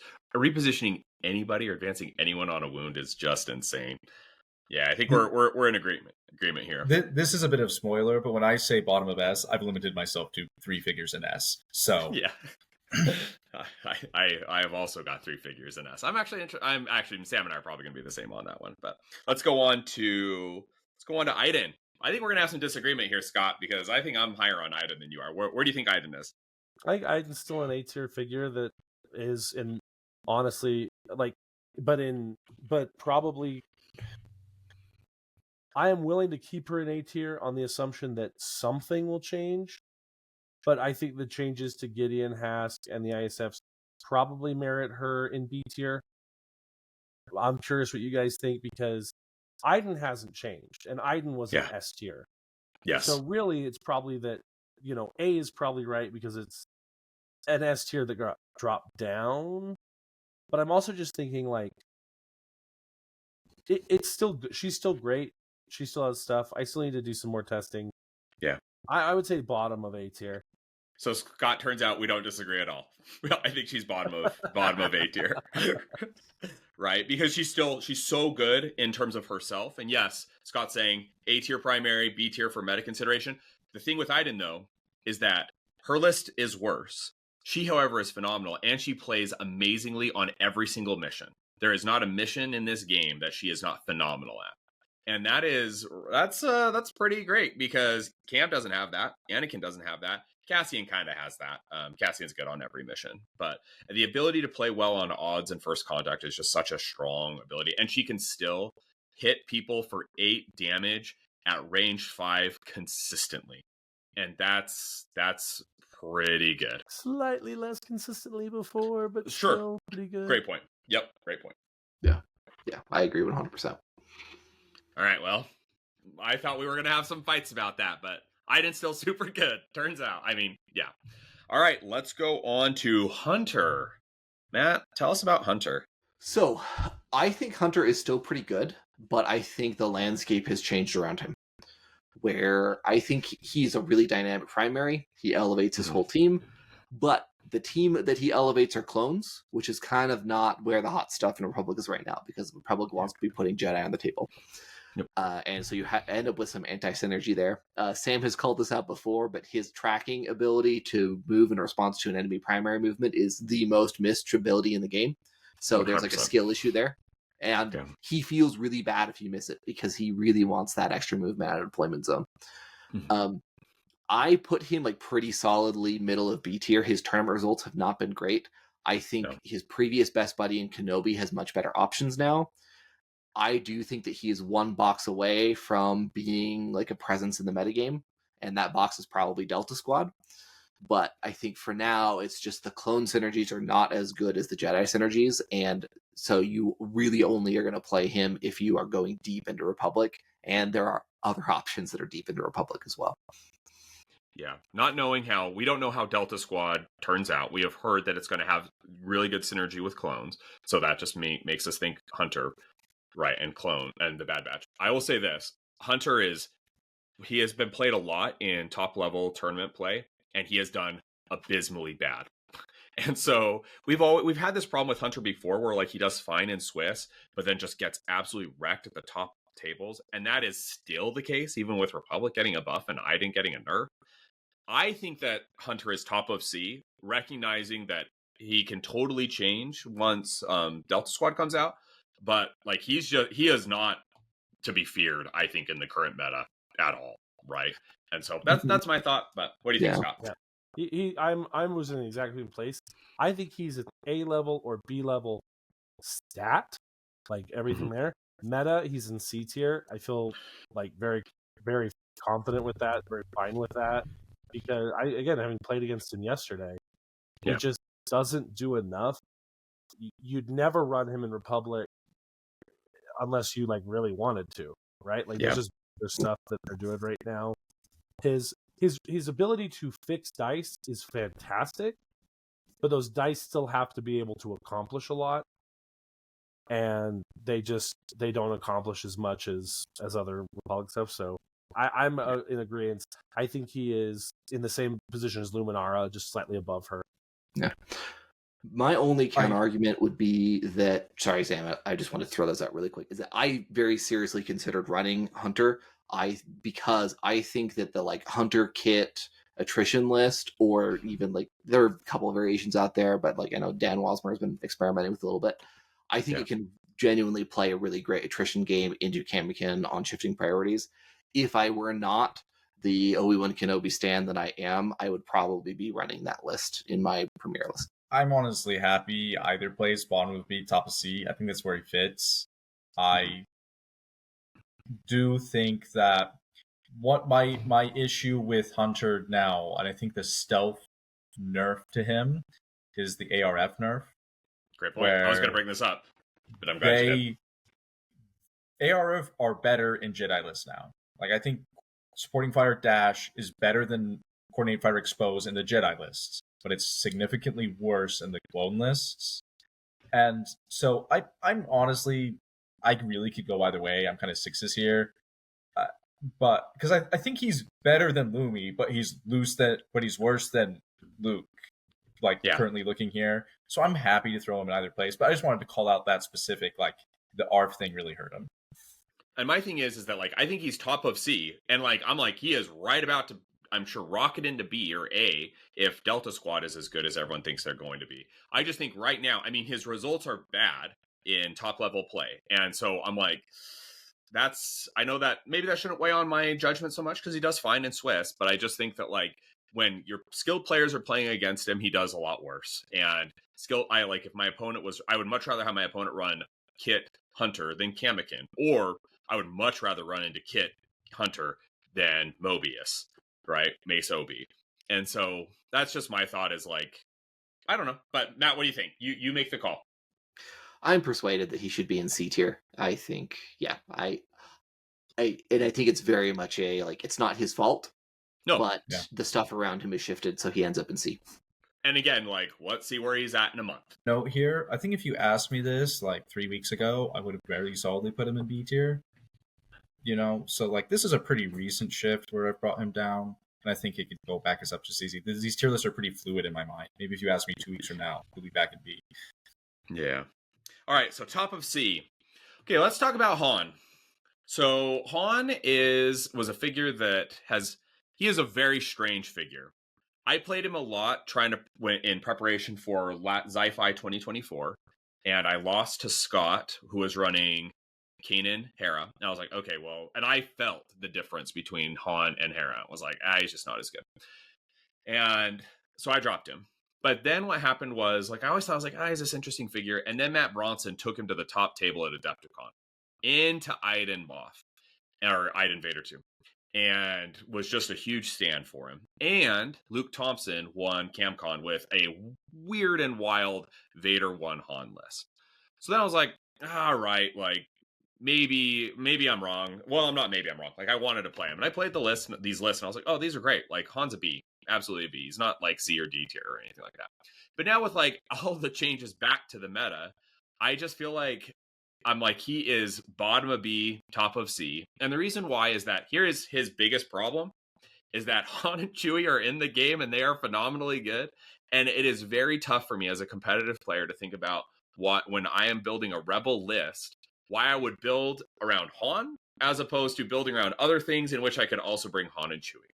And so I don't think he's not D tier in the sense of, like, I could see a lot of reasons to run him and you could play him, blah, blah, blah. I just think most of the time I would not run him. And so I think he's top-ish of C, low-ish B. And I've played him probably the most in our group. And that's kind of my sense. What do you think, Matt? I agree. I think he has a very low skill floor. So if you don't know how to use Han, he will just tank your game for you. But if you do, you can pull off some cool stuff. I have played games against you where Han was an absolute menace, and I just wanted to strangle him, like Kylo Ren, right? So I think, but I think that's a good place. I would probably rate him lower than Hunter and Lumi, but that may just be my partisan sympathies coming into play. Yeah. I would rate him lower than Hunter. I don't know about Lumi. That's kind of where I'm at. Against him a little bit. I maybe played with him once. I think the thing for me, a lot of how I'm defining, like, D tier, and there's some C's that I think probably should be D, but is just like, is there a scenario where I can ever imagine playing him? Yeah. And I think that is just a lot harder for the Vader, Ahsoka, Han's, R2s, where they are competing with another version of themselves. Yes. And I'm just thinking, like, if I'm running a Rebel list, I'm really just going to want Han and Chewie most of the time. Yeah. I can't, and if I'm not bringing them, I feel like I'm bringing other primaries. So, like, for me, I have little experience with him, so I'll trust you guys. Like, it's definitely C. Like, if you put him in D, I wouldn't be mad, but definitely C. I mean, the thing about Han is Han has got crazy combo plays. Like, he can do things in the game that nobody else can do. But it requires a lot of reps, right? So, like, Matt Bronson, Luke Thompson talked about this, and I talked about them, and I'm like, they're right. He can do things that no one else can do. But it's kind of like Hera, where you got to practice a lot, you've got to see the lines, and even still, that margin is really, really tight. Cam also is like, you got to see the lines, right? Anakin's the same way. You got to see the lines, but it's like those lines are a lot more defined, right? Whereas Han's like, you can do this to do this, and they're like, oh, if you can move to right here, like you can do, you know. So there's just a lot of technical things that need to happen. And like Matt says, like you can just screw up and lose. And so I think he's very cool, very awesome figure, and good. But meta considerations, hardness to play, blah blah blah, puts him in C. What do you think, Sam? This is the first time I'm going to disagree with the group, and strongly. I think Han's a top of B figure. And I Wow. think I think in a couple months, you guys are going to come around and say, like, hey, the exact same thing happened. Somebody, a strong player, came with a Han list and won an event or placed really well. I think his kit just does some really dynamic things. I think his momentum ability is still underrated. Yeah, I think sure. the amount of movement he gives to rebels is still underrated. And I think that, like, with the new C-3PO, I think Han and/or Leia is an incredibly intriguing and I think a legitimately strong list that has been underexplored. I think that I've played against him a lot with Luke. I have a local player who plays him a lot, with my strong local player, and I've been like, hey, I think that that there is potentially something here that can be explored. I think that he's still a slept-on figure, and I think he's going to show up at some event and do exactly what he did in the previous tiers where we put him down low. And maybe this is a bit of like that I just don't want to get shot twice by the same thing. And so I think he's still a good unit that deserves to be mid B tier. What do you think, though, Sam, about the fact that like he's competing with Han? Like, I think that Han is a really good figure with a crazy cool kit, but his problem is that his kit is, I think, hard to play, for one, and I think that he has this huge problem where Han and Chewie are so phenomenally good, right, that it makes it really tough to consider taking him. So I think that there's a couple of things where Han and Chewie doesn't work. Han and Chewie doesn't work with Freedom Fighter Leia.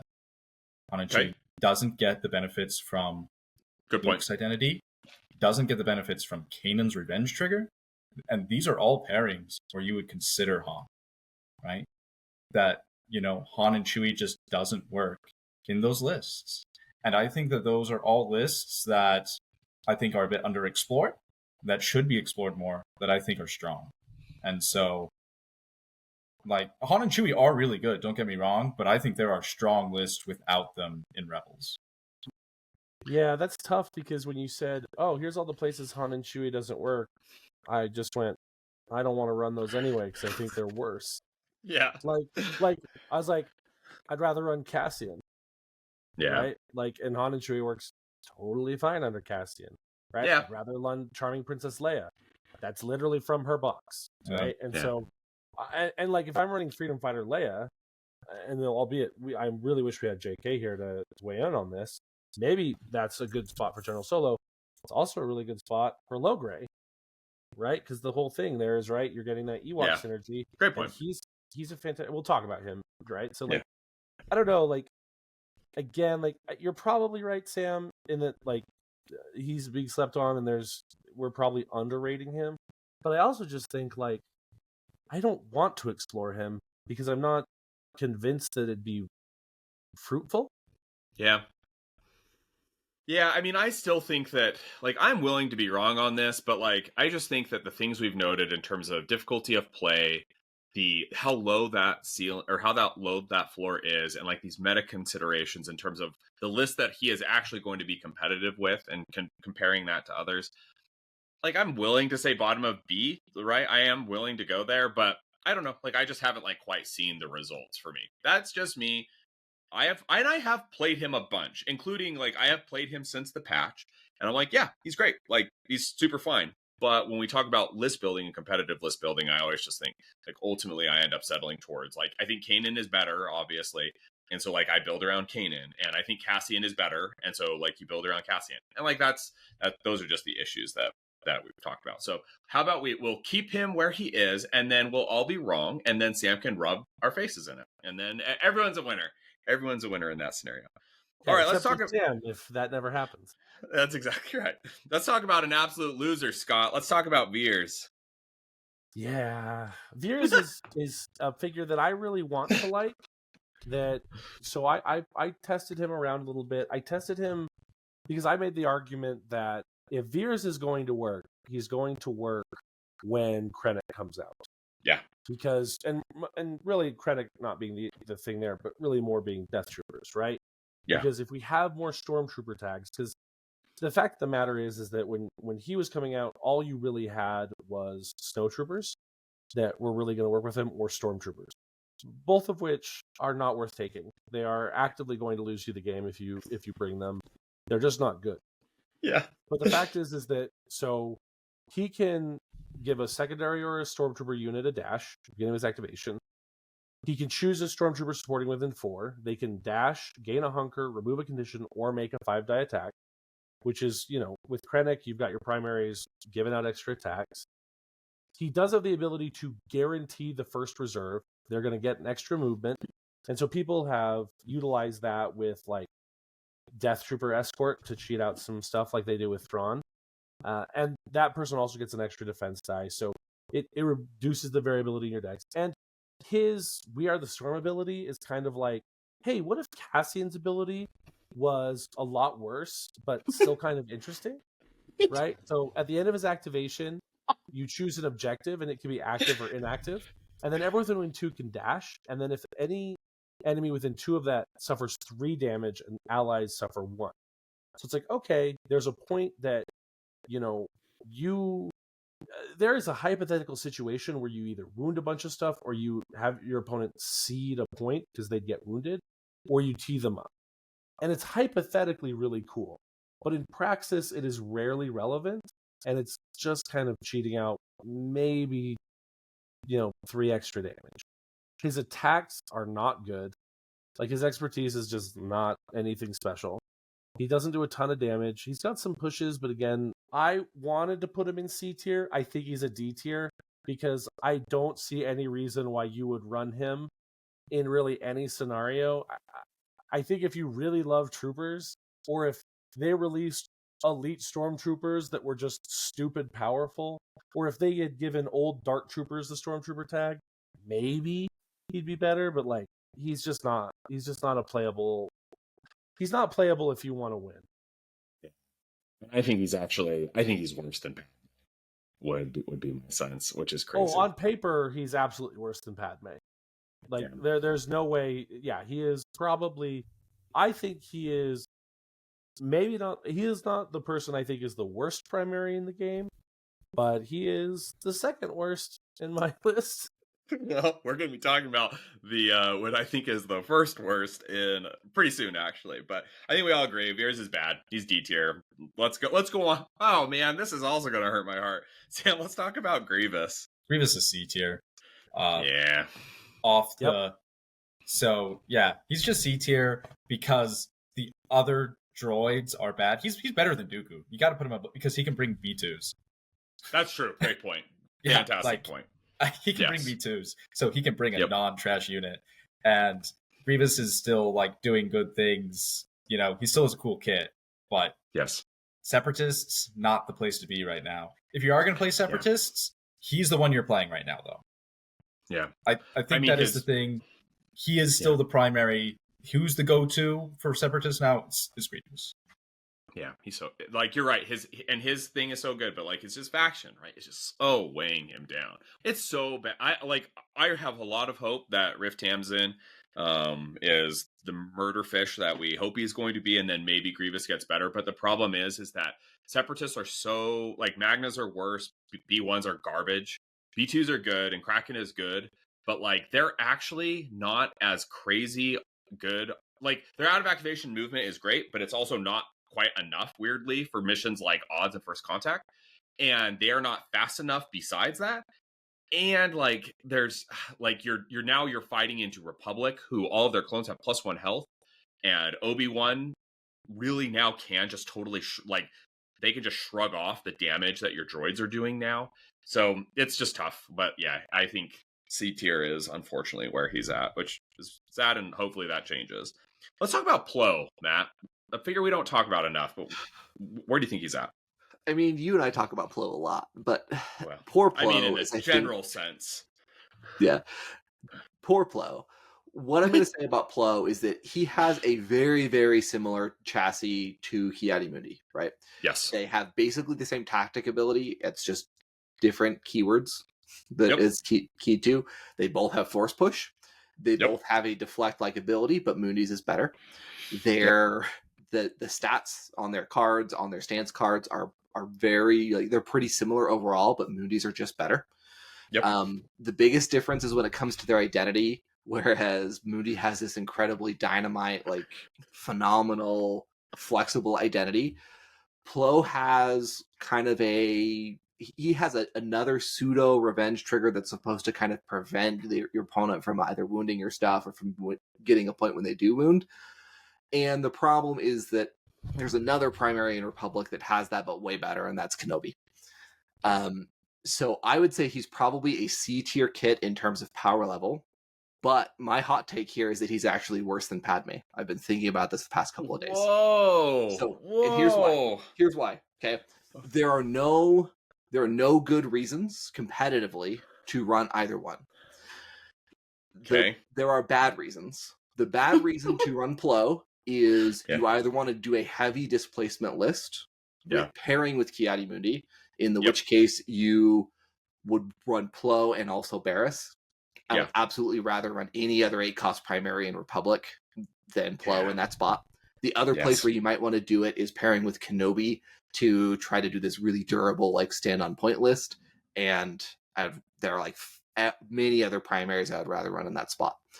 The bad reasons to run Padme are you want to play a really, like, squishy range damage attrition aggro list. And I don't think that's the best version of that list. But like 10 out of 10 times, I would rather play the Padme Hunter Clone Gunner list than anything with Plo right now.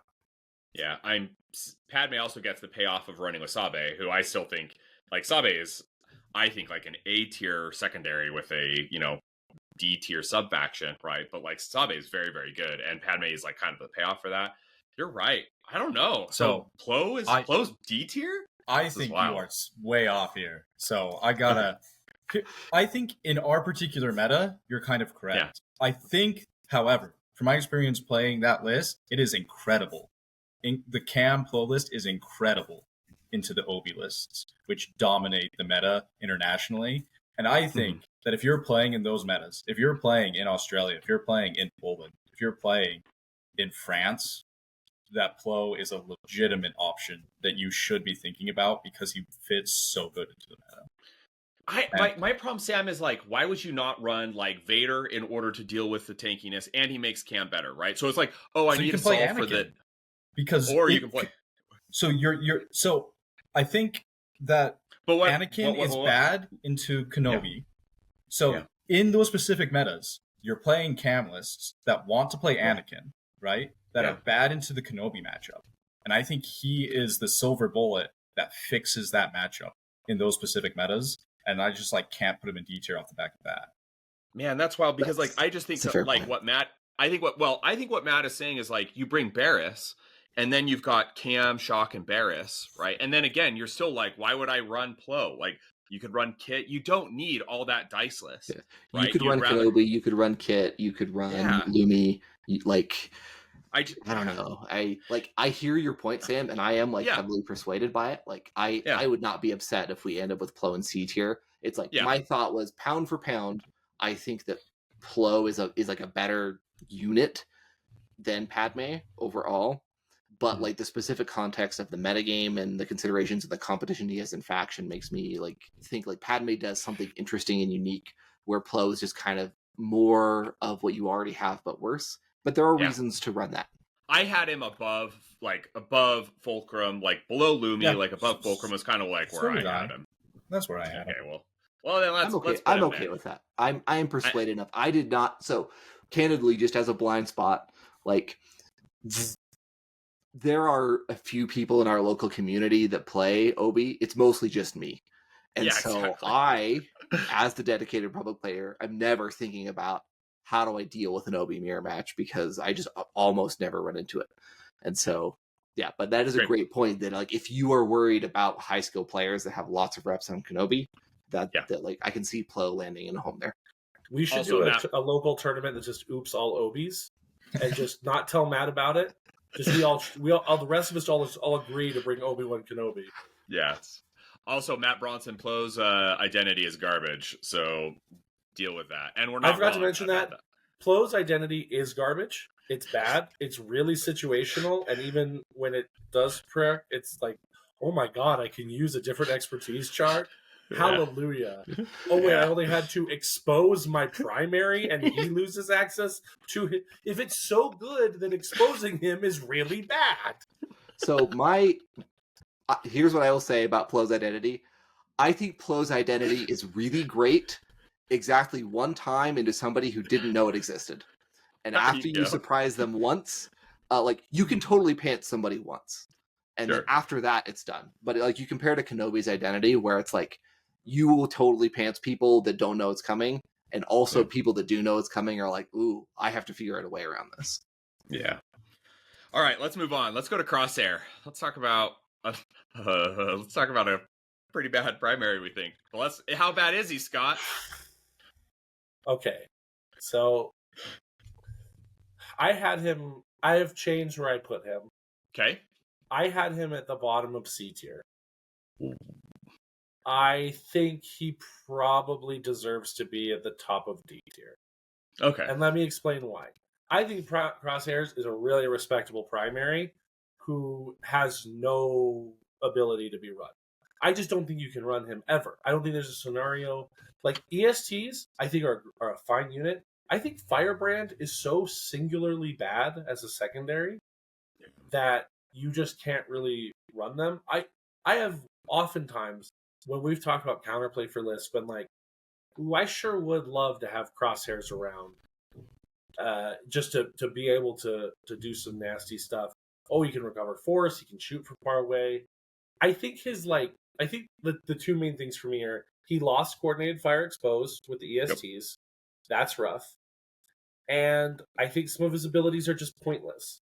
Like, so his ability that's like, ooh, you can trace line of sight and range from elsewhere. I'm just like, that is so rarely useful. Yeah. And it costs force. Yeah, I care about that so little. Also, he brings very little force. You are so dependent on wounding. It's like he has to wound, and he is not an amazing wounder. Like he's a good wounder. He's really solid if you're willing to take damage on your units that are engaged. But I just don't think there's a play spot for him. I think if you just stopped airlocking him, he would jump up to B tier. He'd be a really good primary. You could pair him with things. He'd have some really good situational counters. I just don't think he's playable right now because not of anything on his kit, just the faction airlocking you have and the fact that Firebrand is, in my opinion, the single worst secondary in the whole game. Yeah. Scott, let me tell you, I think that Crosshair is the worst primary in the game, and I'm just going to throw some things at you, and let's see if I can get you to agree that he is worse than Beers. So, one, I know this is not dispositive for you, but he is the worst performing primary on Longshanks. In 42 games, he has won 11 of them for a 25% win rate. Okay? He has not showed up in not a single list that has made it to like the top of any tournament since the patch has included Crosshair. He is, in my opinion, worse in every single way except for the fact that he has 8 squad points than Veers, except for the fact that he is 8 squad points, but then he is arrow locked, whereas Veers can go with like other things, right? He is a selfish primary in terms of like, yes, he can give a dash out, but he is giving you 2 force and his refresh is only triggered on his own wounding. And like you said, you're relying on dice for one in order for him to do things. And so like he can just kind of let you down. And if he lets you down, like the entire reason that you had brought him. I brought him to be this sniper. He can't hit as hard as consistently as Iden. And then all of a sudden now the reason you brought him, he let you down. And he didn't bring any other thing to your list except -1 force, right? And so I think he is legitimately the worst primary in the game. But I don't know. What do you think? I think that the small amount that Veers offers of, like, move and have, one of your supports attack, and then you can maybe kind of blow up a point. I think that just Crosshair's attack that then lets you refresh 2 force ekes him over Veers, but is worse than Padme. Okay. All right. So I'm with Scott here on the fact that I think part of the reason. So I think Firebrand is the worst secondary that seems any sort of competitive play, because I think Snowtrooper Lieutenant exists, but I think has never been run in a competitive game ever. Oh, that's very true. I just forgot that they existed, Sam. Yeah. But also, we'll have to see and maybe debate that, because I'll just have to look at their kids and be like, which is truly worse? Yeah. And so I think Veers is really bad and can bring good units with him. And Crosshair is bad and is bringing garbage that is bringing him down. So. Yeah. I mean, I'm fine with him being, like, I don't have a dog in that fight. Like, I think he's the worst primary in the game. And I think the results, I mean, Veers also does not do very well, but I think that Veers has other lines of play that just make him a little bit more interesting. But I'm fine. Like, sure. Again, participation in last place. Ain't no winners there. Yeah. In some ways, I think who is the worst is a more fun and interesting conversation than who is the best. Because you're splitting hairs that, like, nobody cares about, and that in some ways makes it more fun. It's like when they say, like, it's like fights in academia. They are. It's like you fight so hard over so little, over stakes that matter so little. All right, Crosshair sucks. Let's move on. Okay, let's talk about the Chosen One. Sam, where does Anakin belong? Anakin goes to the top of A tier. So. Why is he not S tier? I mean, he I think probably more than any other figure in the game, and I'm not, like, saying this ironically. I think he is like that figure, like when we talk about Hera, winning games, combo plays, Anakin is, in my opinion, one of the figures probably more than any other in the game that can just, like, you are losing, you were down, oh wait, Anakin wounded, dash, blah blah blah. Like, why is he not S tier with that being with that being the case? So I think if you put Anakin in any other list that does not include Cam, he drops to B tier immediately. Whoa. Which is, like, I think his force economy is just that much worse, especially if he catches a wound. Yeah. And so, so that really shows me that Cam is taking a good kit and making it incredible. And so I attribute that to Cam. And then I think that Anakin has I think he has one kind of bad matchup that's really popular in the metagame, and that's Obi-Wan. Yeah. And so those things keep him out of S tier for me. So I quibble a little bit with the bad matchup argument. Anakin has a matchup where he is even or maybe slightly disadvantaged. It is not a bad matchup. I think Anakin is the bottom of S tier because I don't think, like, Ki-Adi-Mundi makes him even better. Like, rising tide lifts all ships. But I also think that Anakin's identity and his consistency and what he does is such a force majeure on the field that you can't, like I think he could pair elsewhere. I just don't know why you would. Like, Cam is absolutely his best pairing, bar anything else that, any other revelations. But, like, I think that, Cam didn't have Anakin before, and he wasn't the top of the meta. And so I do think that Anakin also lifts Cam up. He takes a lot of the pressure off of them to wound and lets them shine. So for me, Anakin is S tier. In kind of responding to that, I have played Anakin with some other stuff. Like, I've experimented him with the Obi-Wan and the Mace and the other things, and it's fine. But Anakin's a lot worse there, I feel like. And you're right. The question is, like, why would you? Right. The other thing with Anakin specifically here, and I think you make an excellent point, Scott, of, like, my personal experience has also been that, like, the matchup is tough, but it's still very, very winnable with Kamakin. I've just been part of that take is I am defaulting to some other players who I think are very good, who like it across the international play, who have spoken of the difficulty of that matchup, and that's kind of why I've pulled down there a little bit. But I think he is literally the top unit in A tier to me. So putting him at bottom of S is not something that I'm gonna kick back An almost bunching, marginal difference. Yeah. Yeah. I'm with Sam that I think he belongs on top of A tier. One of the things I think is really interesting is that there's a lot of chatter about Kamakin specifically and about Anakin himself specifically, where like we're really high on the list. There are a lot of really, really good players that look at it and say like, oh, it's good, but it's not like that good. And then there are also a lot of people out there that are saying like this week I have heard the opinion multiple times where people say like, oh, I think it's worse than Iden. I think unequivocally it's not. Like, Yes. Iden was enormously a problem, and part of why I like putting Anakin in A instead of S. I think that Kamakin is very good. It is the list to beat in the metagame, but it is not something that needs a nerf right now. And I think, to a previous point, Mundi is the thing that elevates that. The other thing that I'll call out with Anakin that I think is important is that Anakin is deeply, deeply dice dependent. And his dice are very, very consistent. But in order for him to pop off, you have to really plan your entire shuffle around making sure that he pops off, and you have to line it up, and then you have to invest in it. And not often, but sometimes Anakin will just flub a die roll. Sometimes Anakin will just let you down. And if you do that, your entire game plan falls apart and you're in a really bad spot. And I think, and it's like, it is a perfect thematic win, I think, for Anakin. I think he's great. I like him in A tier because I think, comparing that to Mundi's ceiling for his own activation is never there. But the worst case scenario for Mundi is often he moves on to a point, he flubs an attack, and then you pay 1 or 2 force for a force push, and you still flip a point. Whereas Anakin can break much, much harder than that. So I think Anakin is great. I think he's top of A tier. I can see the argument for bottom of S tier, but I think I like him in A tier much more so than bottom of S.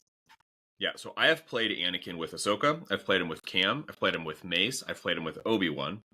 And I have found that when you don't play him with Cam, I mean, Anakin can still do awesome stuff, but we've tried other things and they just do not work as well, right? And now it's Scott brings up a really good point where he's like, well, Anakin also makes Cam better. That's absolutely true. But I think that Anakin, what he is as this hyper carry figure, he is able to do all of these things. But if you need him to do all of the things, then he can lose you the game, right? Whereas that's the whole idea of Cam and Shock, is that they are helping to kind of mitigate and round out some of those problems so that, you're not required for him to be able to do those things, right? So I think that Anakin I also agree. I think he's top of A tier. I don't think he is an S tier figure. I think that he is able, unlike any other figure, to just win you games, right? It's kind of funny because the figure that we're going to be talking about next is, I think, very similar. But just because of the fact that it feels like his kit, it's not like his kit is not selfish. He can give you so much, but he still requires a ton of resources to be poured into him. Makes it the case that I think he is a top of A tier, tip top of A tier figure. And also, he has not done super well at top level play. I think he's just a little bit under 50% win rate. And so and he has been played a ton. Whereas Cam has been played even more and has a 60% win rate in top level games. Again, that's not something to that doesn't control, but it just tells you something regarding relative power level. So I think on versatility alone too, I think Anakin is phenomenal, but you have to build around him and you have to play around him, and he is your game plan. Whereas Kiani Mundi and Cassian both, who we have in S tier, have really flexible pairings where they're just good in a wide variety of circumstances. Their game plan can modulate between heavy attrition versus heavy control. They have flexibility and you can build them many, many different ways. Whereas Anakin is very much he will be your hyper carry, but your whole team has to support what he's doing. Yeah. Yep. Okay, well, let's talk about Kanan. So I think Kanan is an S tier figure, and I think he is an S tier figure both for primary reasons and for meta considerations. Here's the thing about Kanan. Kanan is so powerful of a figure that you are running him with this Spectre synergy that requires you often to play a body down with a support that is not even like bringing something compensatory, right? Like Chopper is not like Fifth Brother. If Chopper was Fifth Brother, we'd have a problem. Chopper's not that good, and he can often be a dead activation, and like that's just it. And still, like, despite the fact that Kanan has like this anchor attached to this annoying murder robot is attached to him, he is still able to absolutely carry games. He can swing 4 points consistently throughout all stages of the game. He makes it so that your opponent's options are severely limited in terms of like if they are going to wound your anything besides your rangers, which often the supports that he's running with are Chopper and Rangers. Like if you're wounding anyone besides the Rangers, then Kanan is going to punish you. Despite the fact that Kanan has this huge anchor around his ankle, he is still able to carry games. I think tells you about how strong of a figure he is, and that he has favorable matchups on every mission. Not favorable in the sense of like he can play on any mission. He can play on shifting. He can play on sabotage. He can absolutely play on odds and first contact. And so he's got a range 5 revenge trigger that you can attack anybody with. Like there is just nothing that this guy can't do, right? Like the only thing about him, he compares like to Anakin. He's like Cam and Anakin together, kind of, right? In terms of like the power level that he has. The only thing is that he doesn't have like Cam has this ability to give wounds when people give dashes when people wound. Kanan doesn't have that, but like he brings so much to the kit, along with guaranteed diceless displacement, along with hypermobility. Like I think he is S tier, and I think he is better than Cassian. I don't think he's better than Cam, but I absolutely think that he is better than Cassian. What do you guys think? Yeah, I can't get behind that. Right? Like when we were running the Moff Iden Kanan Spectre, like I was like, yeah, Kanan is the best primary. Right? He is carrying his whole list. Like obviously there's some other stuff that's good. Like I love Hera, but like he's doing like 70% of the work. And maybe it's just that I haven't seen him a ton post. We're playing other things, but I cannot live in a world. So if we do this, I'm jumping out the window and moving to Canada. That where Kanan is ranked at a different tier than Anakin, because every argument that was made to keep Anakin in A tier, I feel like equally applies to Kanan. Because it's like, cool, Kanan has like all of this amazing stuff, super powerful, like you can, run him with stuff, but it's like, okay, so he has a weaker kit, right? Like you said, Chopper. Chopper is not the worst figure in the game, but you are down a body. He doesn't have the tie-breaking mechanic. Yeah. Right? That's an issue. I think Callus doesn't cut it anymore. So if you're running Callus, like I don't think he'd afford it. He's got lower force. He doesn't have the same kind of force mechanic. He's got force refresh if you are in the side you never want him to be on when he starts an activation.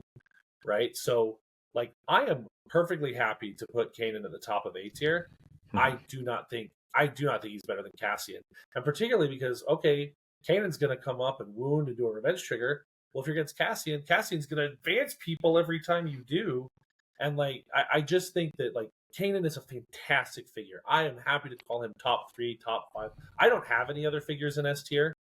So like it's not like I'm putting anyone else above Kanan in this list. But I do think that based off the arguments for Anakin being in A tier, Kanan should also be in A tier at the top. Like I'm fine with that, but I don't think he crosses into S tier. What do you think, Sam? I have Kanan in S tier. I think that Kanan creates lists that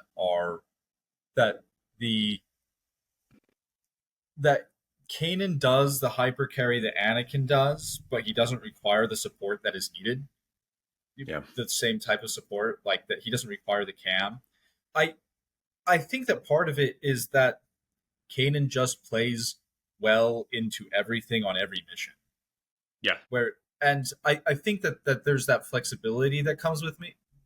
I had him above Cassian, but I can be convinced, however, It was close to, like he is a top 3 primary in the game for me.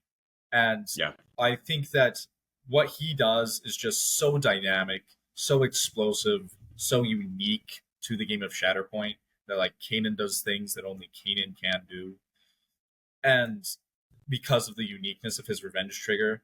So they're mixed with the way that he gives out of activation movement and diceless. So I think he does all these things that the value is there for S for me, and that's where I put him. But if Scott and Matt are like, no, top of A, I think I'm okay with that. Oh man, I don't know if I can handle him being an A. What do you think, man? I'm heavily persuaded by both sides. I think Scott's point is correct that he is absolutely brought down by the stuff that he has to pair with in order to go off, right? Like I think Ezra is great. I think Callus is solid, but the Spectre supports are not that great, and I also think that like Hera's in kind of a rough spot right now, but we can talk about that more in a minute. So like I think on paper, in terms of like his full kit, yeah, Kanan is S tier, yes, absolutely. I do think Anakin's ceiling is higher. Yeah. Like in terms of like, and I would even say like maybe even in the metagame right now, Anakin's like average output right now is higher just because he's so elevated by the rest of what's happening in Republic. And whereas like Kanan is kind of actively brought down by the quality of stuff that he's running with and is still doing a lot of work. So like I am really mixed on that. I think my inclination would probably be to put him just under Anakin in A tier, but I would accept S tier. Let me pitch this to you. Let me pitch this to Scott and Matt first. So here's something I want you to think about in terms of that comparative ranking with Anakin. So we know the counterplay to Anakin is you can wound Anakin, right? Not easy to do, but he's not like the most difficult figure, and you can wound his secondaries especially and his supports, and just like really brings down the level of his game. Also, if you run him without Cam, he's just a lot worse, right? Kanan can be flexibly paired with Hera, Mando, Han, Princess Leia, Cassian, right? Like he has so many flexible pairings. He plays better on every mission. And also the counterplay into Kanan, you're like, what's the counterplay? You're like, oh, I'm going to wound your stuff. Kanan's like, awesome, I'll kill you, right? Like, oh, I'm going to set up these like really durable board positions. Awesome. I've got a range 5 attack. Range 4 attack with my crit pistol, and I've got also diceless displacement, and I can double dash myself. So there's nowhere that you can go that I can't reach you, right? So he can reach across the board. He can hit very hard. He's got diceless displacement, and you don't have counterplay into him really, except for, I mean, you do, but like the counterplay that we have that we know can turn off Anakin doesn't work against Kanan. And so I just think that like, and I've been playing Kanan a lot recently. I mean, I've had to figure out something to deal with freaking Cad Cassian murdering all of my people, and running Kanan Mando, right? Like is just so good into these aggro lists, and it's also good against Kamikin. Not the least of which because you can play on odds and first contact, right? And force him into a bad matchup. Yeah. So, look, I mean, like, yeah, it's like I get it. Kanan's really great. I just think we have to look at the things he's pairing with, the meta. And I think probably the thing that I'm most compelled by your argument, Kenny, which is why I will not complain if we end up with Kanan in S tier, is that, yes, I do think Kanan has a harder pairing than Anakin does, but I agree that Kanan does better on the missions that Anakin does poorly on, right? Odds, and I presume first contact, I think Kanan will do better on. So, and that's all I'll say on Kanan. I'll shut up after that. I have one thing I want to note here is that part of my S tier is I think that the Cassian, Callus, Baze, and Chirrut, Kanan, Ezra Chopper list is legitimately excellent. Like the best thing I have played Kanan with. I think that list is that good.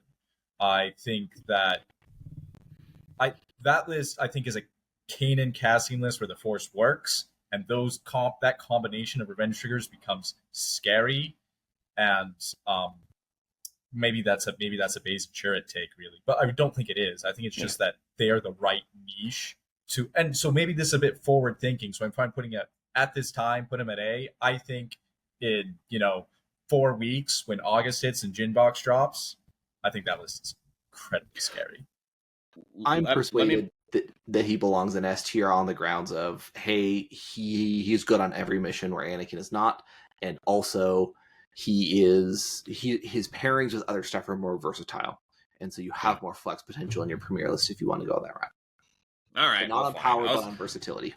I was going to make comments about comparative win rates and how Kanan is doing super well both at in Swiss and at top level play, whereas Anakin is not doing super well at top level play. So that's just something to think about. But all right, let's move on. Let's go to Mace. Matt, where does Mace belong? So Mace is really heavily improved. I think we were pretty down on him in our first reactions to the patch initially, and I think we were wrong. I think he's much better than we made him out to be there. Agreed. I think his new ability for his Vapad dash plus 5 die attack is really phenomenal. I think the fact that you get the refresh now, if he's in Jedi Master, whether or not you Shatterpoint him, is great.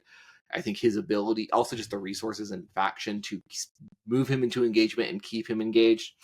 And I think there are some awkward things in there. I think he competes quite a bit with Mundi in terms of the utility that he brings, while when Mundi is better in most situations and Mace is not the best pairing with him. And so I think that necessarily limits where he can go. I think that I do think that the Republic solution to Oz in First Contact is you run Mace Pawns 212. I've been running that. I think it's really solid. You can also run Wolfpack there, depending on like what your other needs are. But I really like that approach. But I think Mace is kind of a third or fourth pick in your premier list if he makes the cut. I think Obi Mace is great. I think in some contexts Obi Mundi is better. I think in some contexts, depending on map, depending on matchup, depending on various factors, I think that there are some choices there. I think Mace is the top of B tier. I think he's a good, solid pick. I think he's useful. He has utility. I think, especially if Kenobi's on the table and he has a hunker token, he can be really, really hard to deal with. But he is far from the first thing you go to when you're looking at Republic stuff. And there are plenty of good reasons to leave him home. That's really just because, like, I think Obi Mace is a fantastic Kamakin answer. After our game, Matt, like, yeah, I think it really equalizes and make life hard for Anakin. I had Mace at bottom of A tier. I think that he goes. I think he has pairings outside of Obi-Wan. I think we saw a really interesting Vader 1 Mace pairing. Yesterday. I think it's really. I think that they took just like his steadfast protection bubble is quite frankly stupid. It's so good. So good. He's defensive. He's offensive. He's got out of activation. Like, he's not necessarily doing a lot for others. Like, he can dash one person on his activation, but like his Shatterpoint stance flexibility, like that extra 5 die attack from someone who's got a really good attack, is really impactful. And if you have the force to spend for defense, cool, go for it. I don't love spending force to roll extra dice, but because they can fail and it's a waste of force. It's not consistent value, but you don't have to do it. So yeah. My key thought, I think, on Mace is that I think the biggest thing holding him back is that he costs 7, and he's in the same faction as Anakin and Mundi, and in a faction where you have 2 really great 3-cost supports, and then you're kind of looking at field. And so I think if you're running Mace, often it's because you already have Mundi and Anakin. And for me, that means you run Pawns plus 212. I think other people have experimented with other stuff, but I think the other 3-cost supports are just kind of like an active liability. I prefer Pawns over the other configurations, but like I do think that like you are making sacrifices to bring him, whether it's leaving Anakin at home or Shakti at home, or bringing Pawns or Phil's clones or Patties or something. So, see, I think the solution there is it's completely different. I think you just don't run Anakin. Yeah. I think you run Vader, you run Ki-Adi-Mundi, you run Mace, and you run Obi-Wan. That is a solution for sure, but then you're not running Anakin.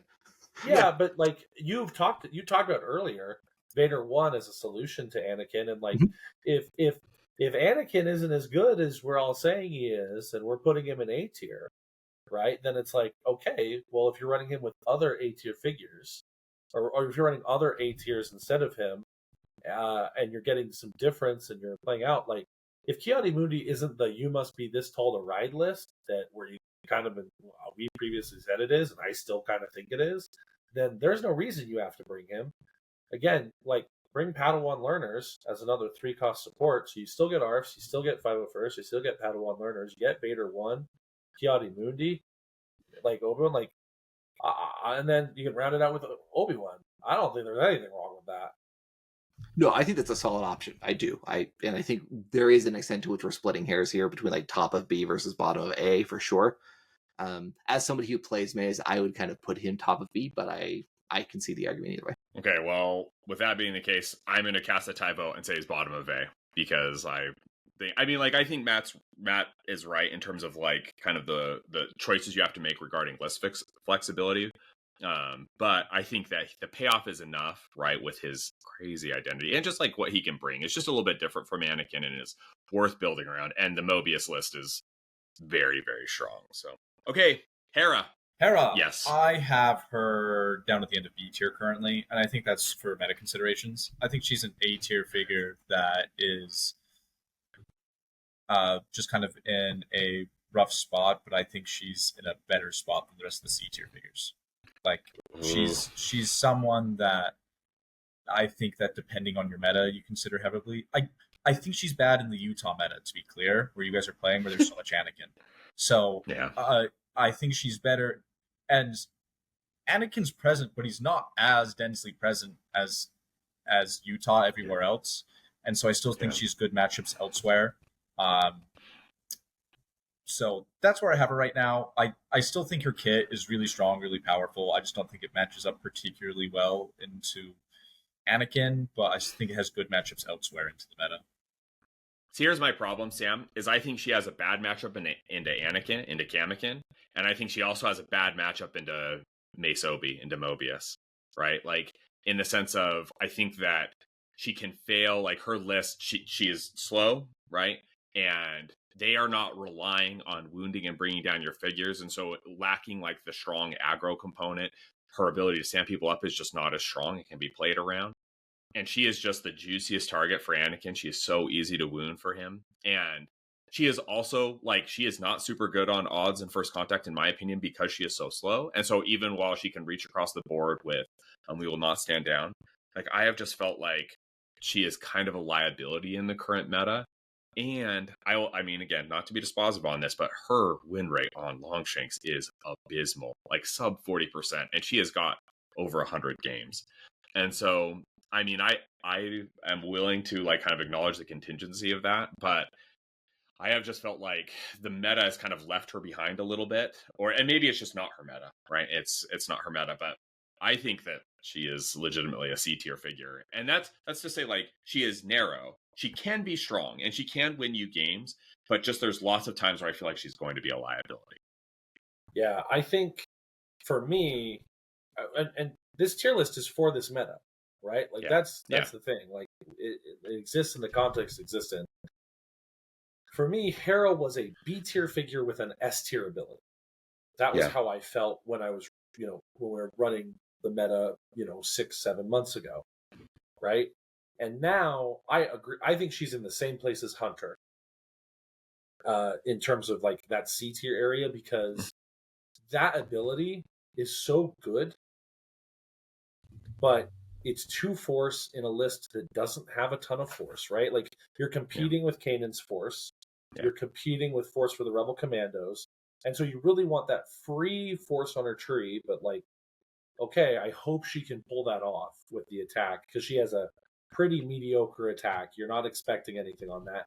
She's slow, so oftentimes you're hoping that you're giving her movement from the other Spectres, which reduces the flexibility of your list. Like, she was a liability in the Spectre list previously, kind of like Moff was for Iden. But what they brought was so impactful that you took the risk. And also, as a Spectre, she has that synergy. I don't think that's the case anymore. I don't think that the juice is worth the squeeze for her, so she's in C for me. What do you think, Matt? You want to cast a deciding vote? I agree with where she is right now in low B. I would rank her slightly higher than Hunter, primarily because she still pairs well with Kanan, whereas like Hunter is pretty far down the list in terms of competition for pairings within faction. I agree for the most part with what's been said. I think Kara really struggles in the current metagame, but I think she's still good, and she gives you options that, I mean, you can play her with stuff that's not Keenan, but I wouldn't do it. I don't recommend it. What do you think, Sam? I still think that she is bottom of B because she brings unique things. I would be interested in looking at her win rate apart from Kanan, like her win rate for Kanan. We don't need to do that now because that's probably time we don't have. But I see your point in saying that she's in a very similar spot to Hunter. I just think that her lists are in a slightly better meta spot than Hunter lists are currently. However, she doesn't have anything like potential Delta Squad coming out to potentially boost her. So like her long-term outlook, unless there's other meta changes and like other aggro lists come forefront again, isn't necessarily as strong as is. All right, well, I guess I'll be. Me and Scott will be outvoted on that. Scott, let's talk about Vader 2. Where does he belong? Also, I don't know if you understand how math works, Kenny, but 2 against 2 is not being outvoted. It's you conceding. Sam's vote counts as 6. So it's also we're debating about like one spot here, right? Like it's true. Yeah.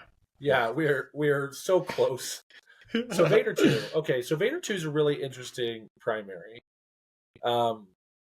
So obviously benefits. He does not eat up. He is a self-contained. He's like a nuclear-powered submarine. The force he generates is going to power him, and you never have to save force for him because you'll always have it. Yeah. You can't unless it's more than one. You can't condition stack him to stop his activations. He's going to be able to get rid of it. He's got heals. He's got movement, added dice. He's got a ranged attack. When he wounds, he's going to give another Empire a dash, which is it's Kiadi Mundi's ability, except worse. He lets you. He's got this double-edged sword of, if you don't wound, you got to put the card back in the deck, and then if you do, he keeps going. And I really struggle in that. I think V2 is probably the best or second best Imperial primary. I kind of want to put him in A tier, but I kind of also want to put him in B tier. It's low A or high B. I think that Vader 2 is better than CAD. Yeah. And honestly, I think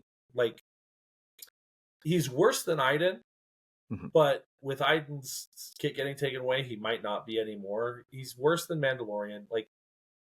He exists in I'm probably just gonna say low A and let you guys kind of legislate that out, because he just exists in this weird spot of if things go right, he's oppressive, and if things go wrong, he just sucks.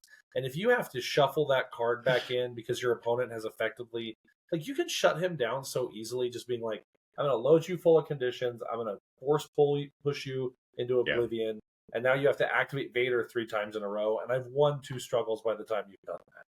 Yeah.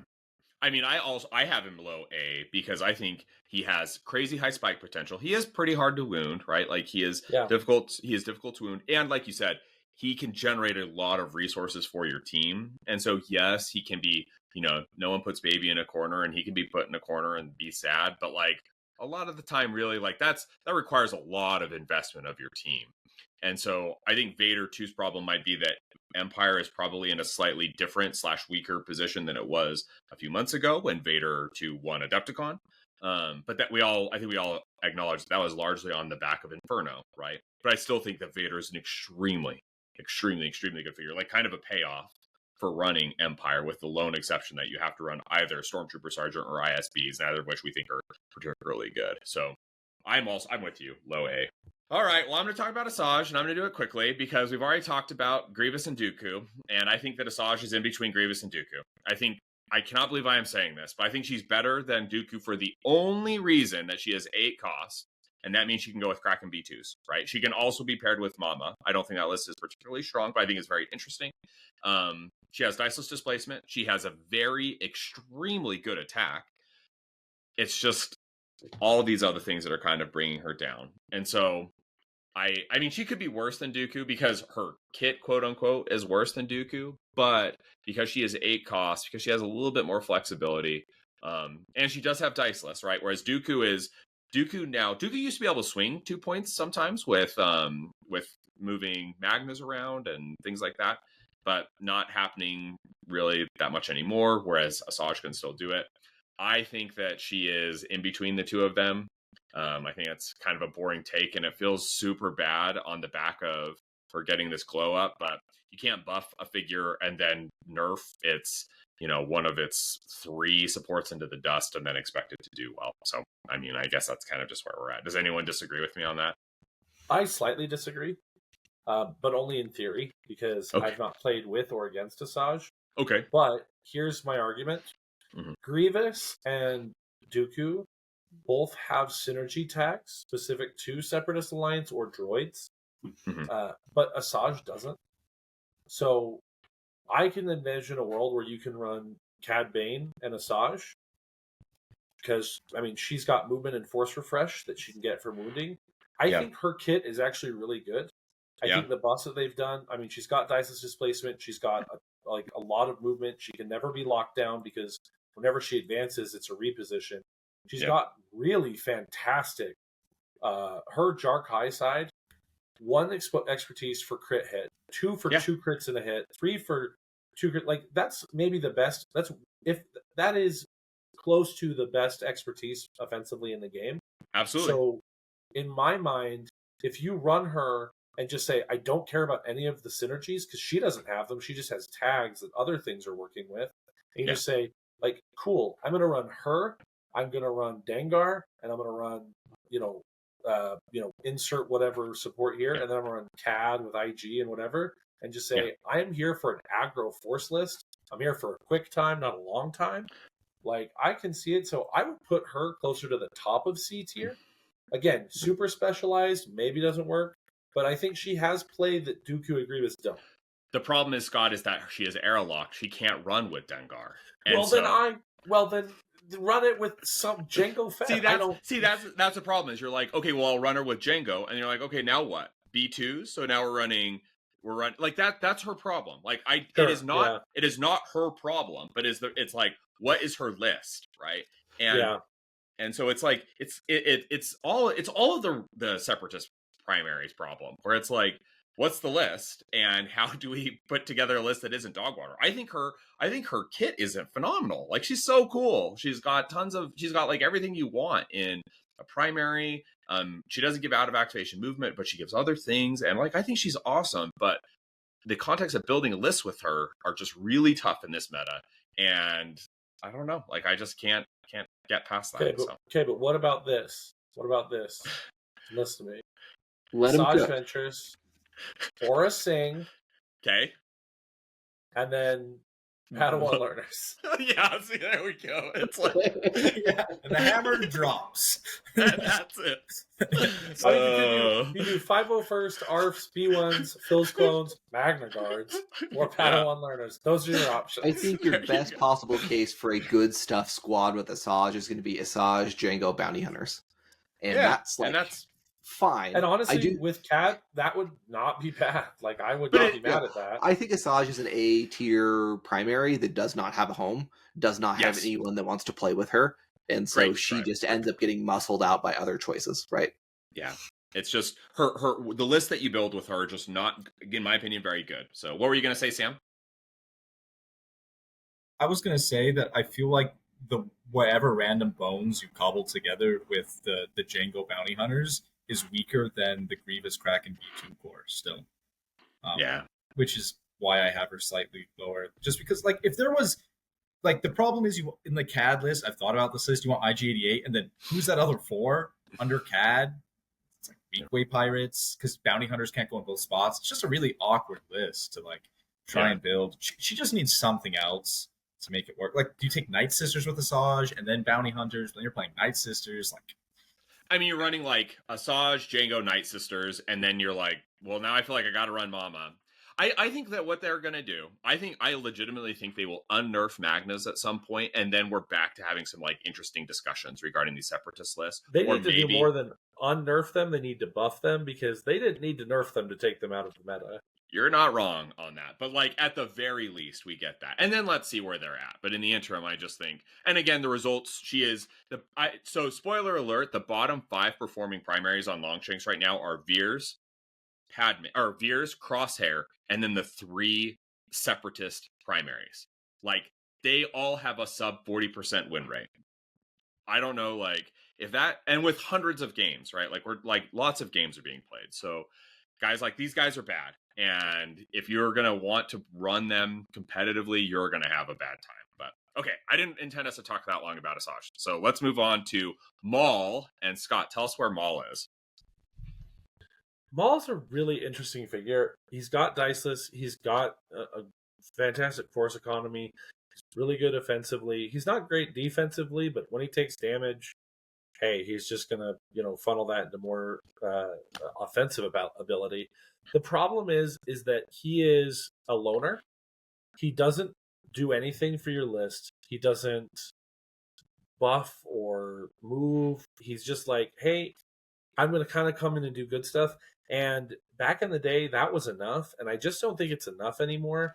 I think that, he's fast and offensive, but he will never take you more than he can take 2 points if he can push one person and go off and do something else, but that often is going to require specific scenarios. And so for me, I actually put him at the top of C tier. I just don't think there's a place for him right now.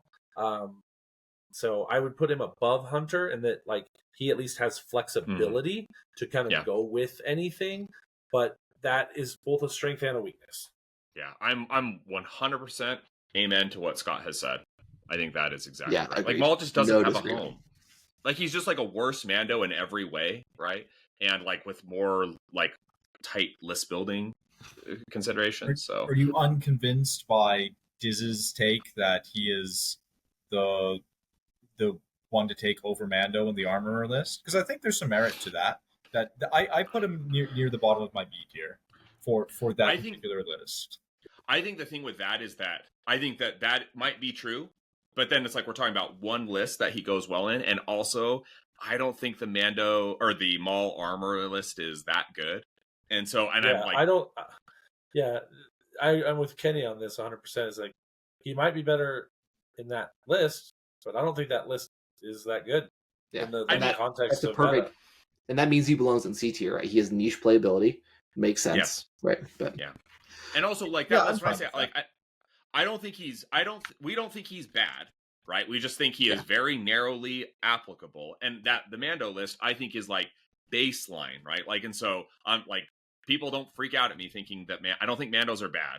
I just think like they are a baseline, right? So I think that top of C tier is. It should be noted that we are trying to talk about at the highest levels of competitive play, trying to figure stuff out.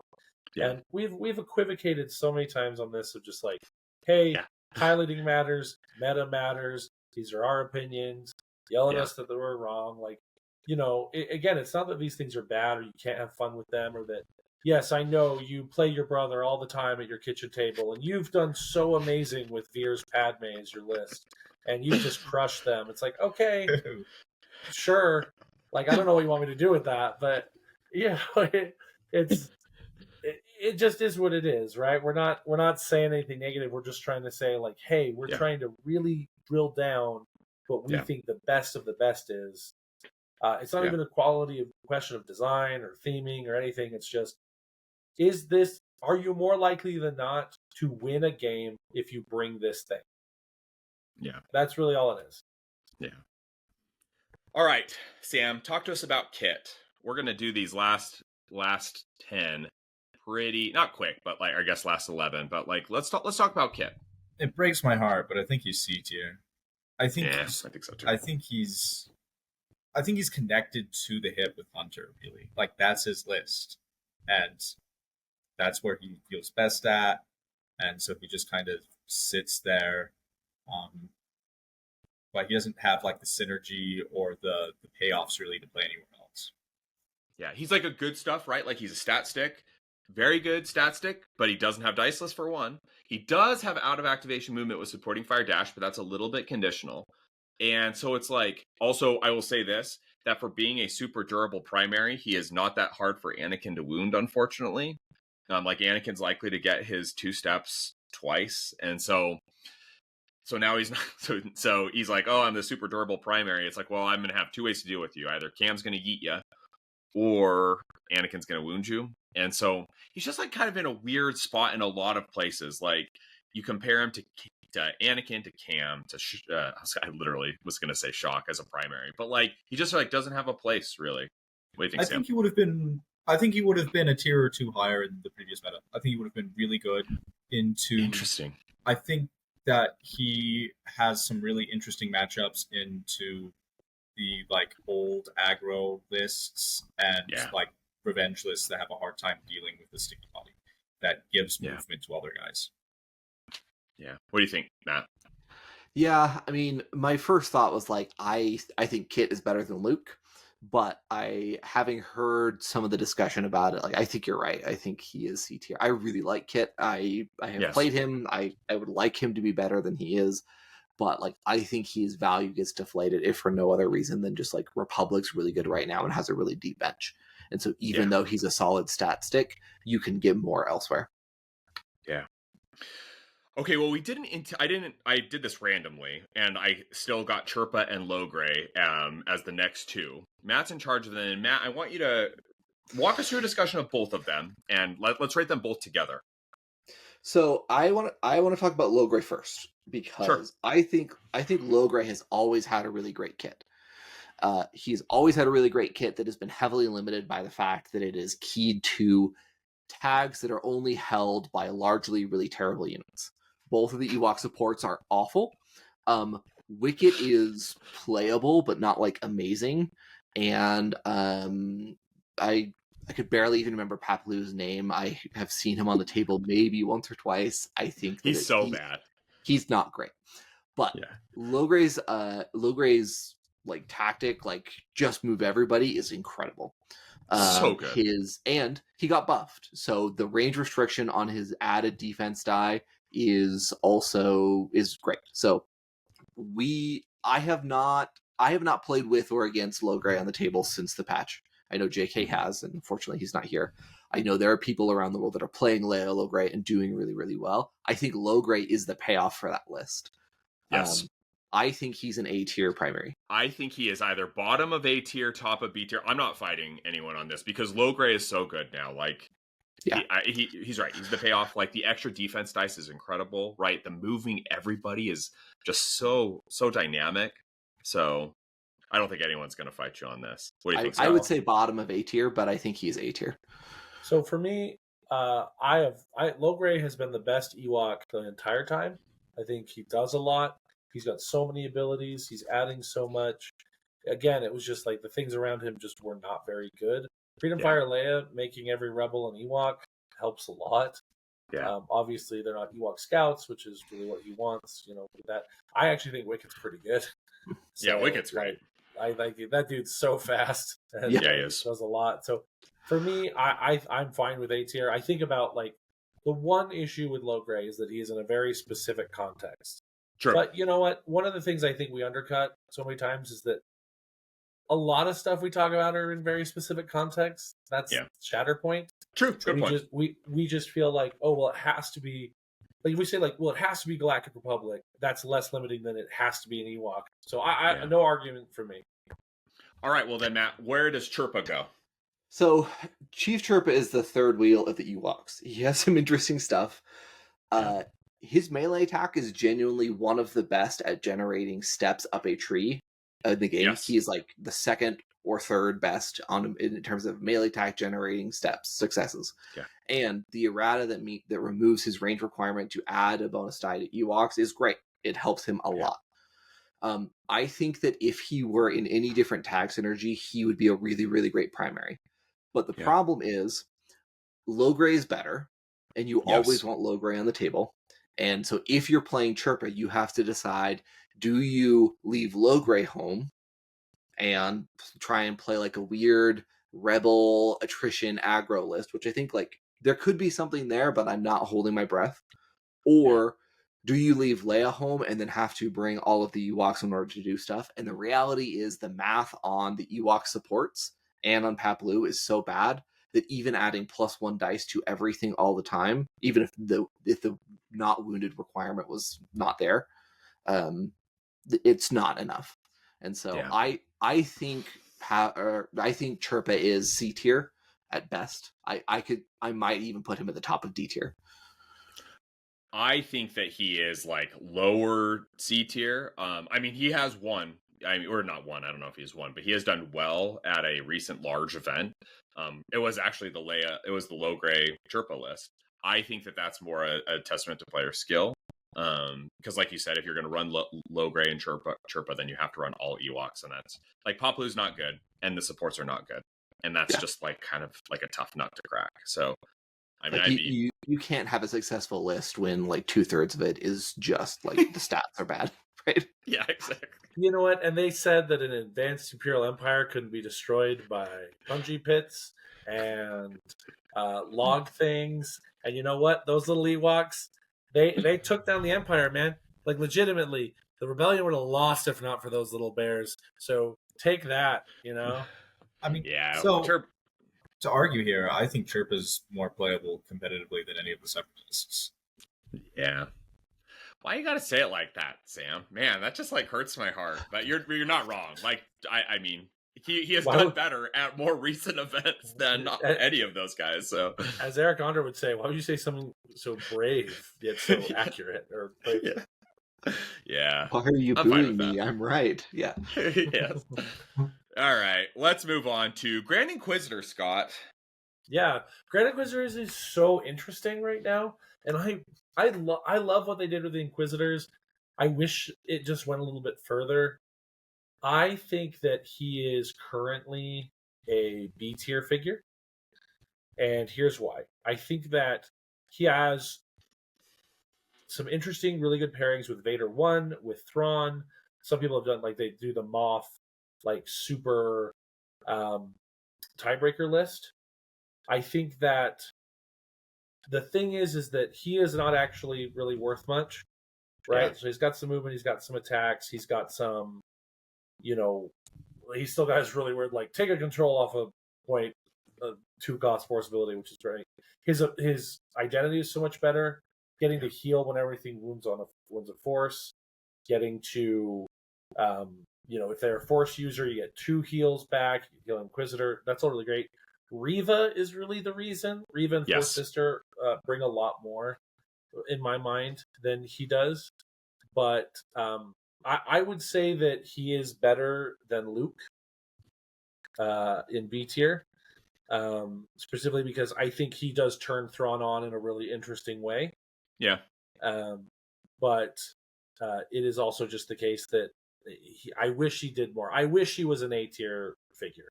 Yeah. He's just like, he gives you out of activation movement. He gives you some force refresh. He's got like a lot of cool stuff, but just like not quite enough on a few dimensions that would make him A tier, in my opinion. And like Riva's the payoff, which is so funny to say. Yeah. Like Riva's 100, and she doesn't need him. She does not need Grand Inquisitor. No, she doesn't.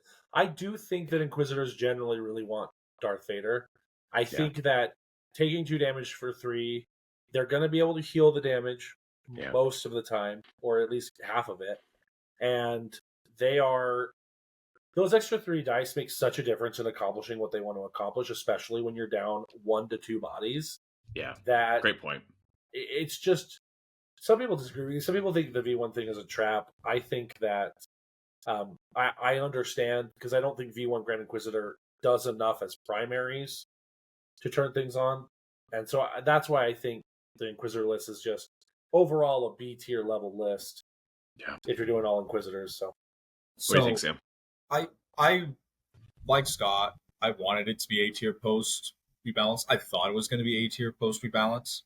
And the thing why I think Vader 1 is kind of the thing to do with him, though I do think there's some interesting things with Thrawn, as we mentioned earlier, is that the problem that keeps him down in B tier is both of Grand Inquisitor's trees are bad. Like, his damage side has like no shoves. Good and then point. His shove side is kind of wonky and low damage. So he kind of needs the Vader dice to either push through to the end damage that he needs on his damage side, or to actually feel like he's doing something more than just like some minimal shoving. He needs he really needs those dice to fix these kind of like these trees that are just don't quite do what you want them to do. They just don't have the right mix of symbols. They have good symbols, Yeah. but not in the right order and right places and stuff. And Yeah. so I think B tier is where it kind of ended up in the wash. I thought it was going to be higher. I really did. I thought with the changes it was going to be A tier, but B is where he feels. B's better than D though, so let's take it. We'll take it and we'll move on. Okay, let's talk about Hondo. Hondo's weird. Sam, tell us about Hondo. Where does he go? So you guys might think I'm wild, but I think Hondo's B tier right now. So I don't think that's that crazy. Okay, yeah. So he did really well he got a second place finish at the London GT. I've been playing him with Kanan, and that's a surprisingly compelling list. Like, there's a lot of interesting scoundrel synergy there, and then you get some Callus rerolls, and all of a sudden you're playing an aggro Kanan list that like is doing a lot of damage and has like 1.5 revenge triggers because Hondo's is only half a revenge trigger. It is a revenge trigger, but it's not as strong as the typical ones. He's giving you some weird force economy. He's giving some out of activation movement to anyone, kind of like PLC. That's Charming Princess Leia, or Princess Leia Charming to the Last.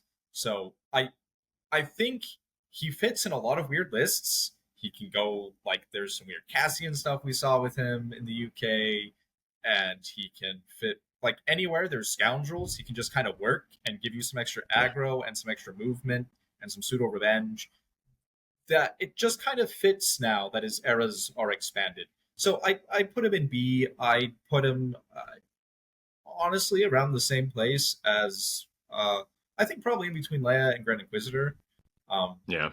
Is where I would put him, but I want to hear what others think of. I think he's top of C, but like I have literally never played a game with Hondo. I've only played against him, and so I think he's fine. I don't think he's actively bad. Like, I used to think he was not that great, right? And especially in the current Plat Pass meta, was really not great. Like, I thought he was bottom of C, top of D tier.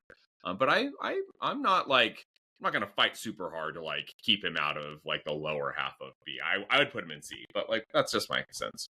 I would have trouble putting him above Grand Inquisitor Luke and Hera, hypothetically. Like, I've never played, but here's the thing: I've never played against him. I've never played with him. I've never interacted with him on a table. Wild. It's just like everything comes from like theoretically. Well, I mean, Kenny, like I'm not like no joke. 85% of my games are against you. So if you're not running Hondo and I'm not running Hondo, like what are we supposed to do about that? That's true. The thing is that I think he has some of the coolest, strongest abilities in the game on his card, and yet I think his attacks are pretty mid. Right, like these trees just aren't super good to me. Like his expertise is fine, but like I think his like, oh hey, forever how many active objectives your opponent has, refresh that much force is a wild ability that basically guarantees that if you need force to pull something off, you're gonna have it. Yeah, I think that the ability to shuffle someone's reserve card back into their deck is diabolical.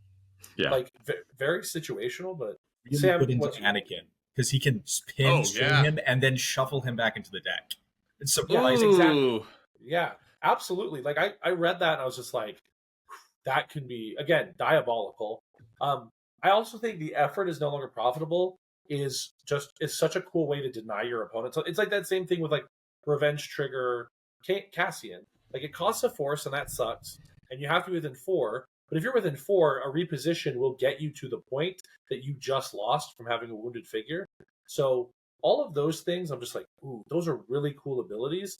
So, like, if he had a better attack or he had a better group of people to synergize with, because weak ways are not good, then I would feel much more comfortable having him in B. I'm fine with him at the bottom of B. But I really have a hard time thinking that he is better than Maul, better than Kit, and better than Hunter. Because it's not like he has a place in the meta. Like, yeah, you can pair him with things, but like, is that the optimal pairing? Is that a pairing that anyone is going to actually do? I've been heavily considering it for GT. Okay, fair enough. He did take second place at that London GT event, right? So like he is being actually played. Yeah. So. Yeah, it sounded rhetorical, but it was a sincere question. So if people are running him, then like I'm fine. Again, I just think the scoundrel tag is in a really weird place where it's like the bounty hunters are like very clearly designed to be like, hey, you can plug and play these guys anywhere, but also you can run them together and they have kind of a team synergy, which is like, we gonna kill you. The scoundrel synergy is interesting because like a lot of kind of random units have the scoundrel tag, and there's not anything like super strong that keys off of it or super like identity forming, but it's there. And like you can do some weird sneaky stuff like, oh yeah, you get some rerolls from Callus out of it, or like, oh, like Wrecker can give you protection. You know, like, so there's like some weird things for like brewers. I know Sam has talked about that in the past, and like Hondo is kind of like the core, the heart of that situation, and I think it's very cool. But I also think he's in a weird spot where like he doesn't really fully synergize with the bounty hunters. He doesn't really like, his synergies are weird and kind of hard to track down, but like in the right spot, he can do work for sure.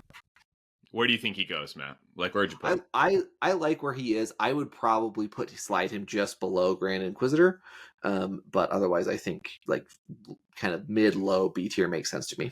Okay, so I'm going to give a take that I cannot believe I am saying, but I think that Armor is a B tier figure.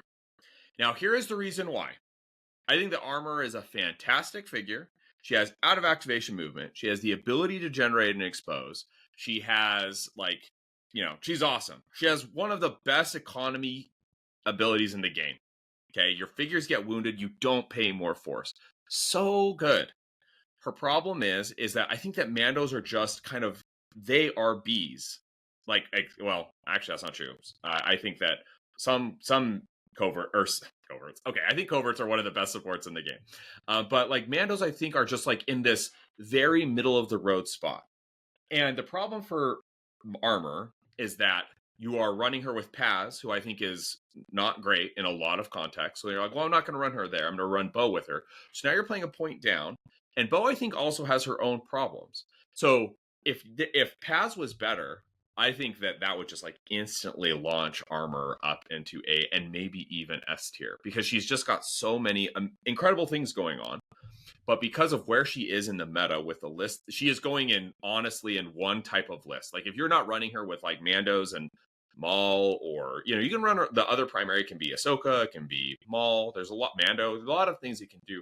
But I just don't think any of them are really like the top tier list. And when I say that, I should be a little more clear. I don't even think they're top tier lists. It's really tough for me to justify putting her in A tier. I will also say she has not done well in top level play. She is quite bad. And I think the reason why is because strong players know how to play against her. They know, you know, what the counterplay is against her. And so she's got a high floor, but not a very high ceiling.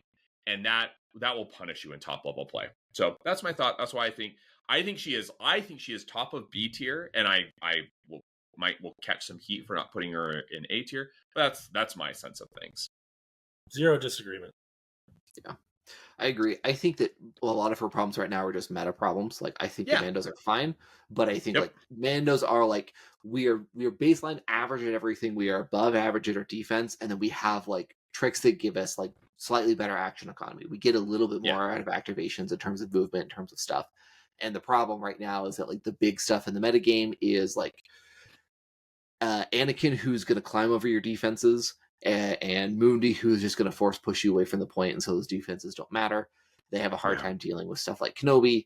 They have a hard time sometimes dealing with like revenge triggers. So it's just like the landscape is not favorable for them, but they're solid in spite of that. Right. One quick thought, just to add to why I think she's B right now.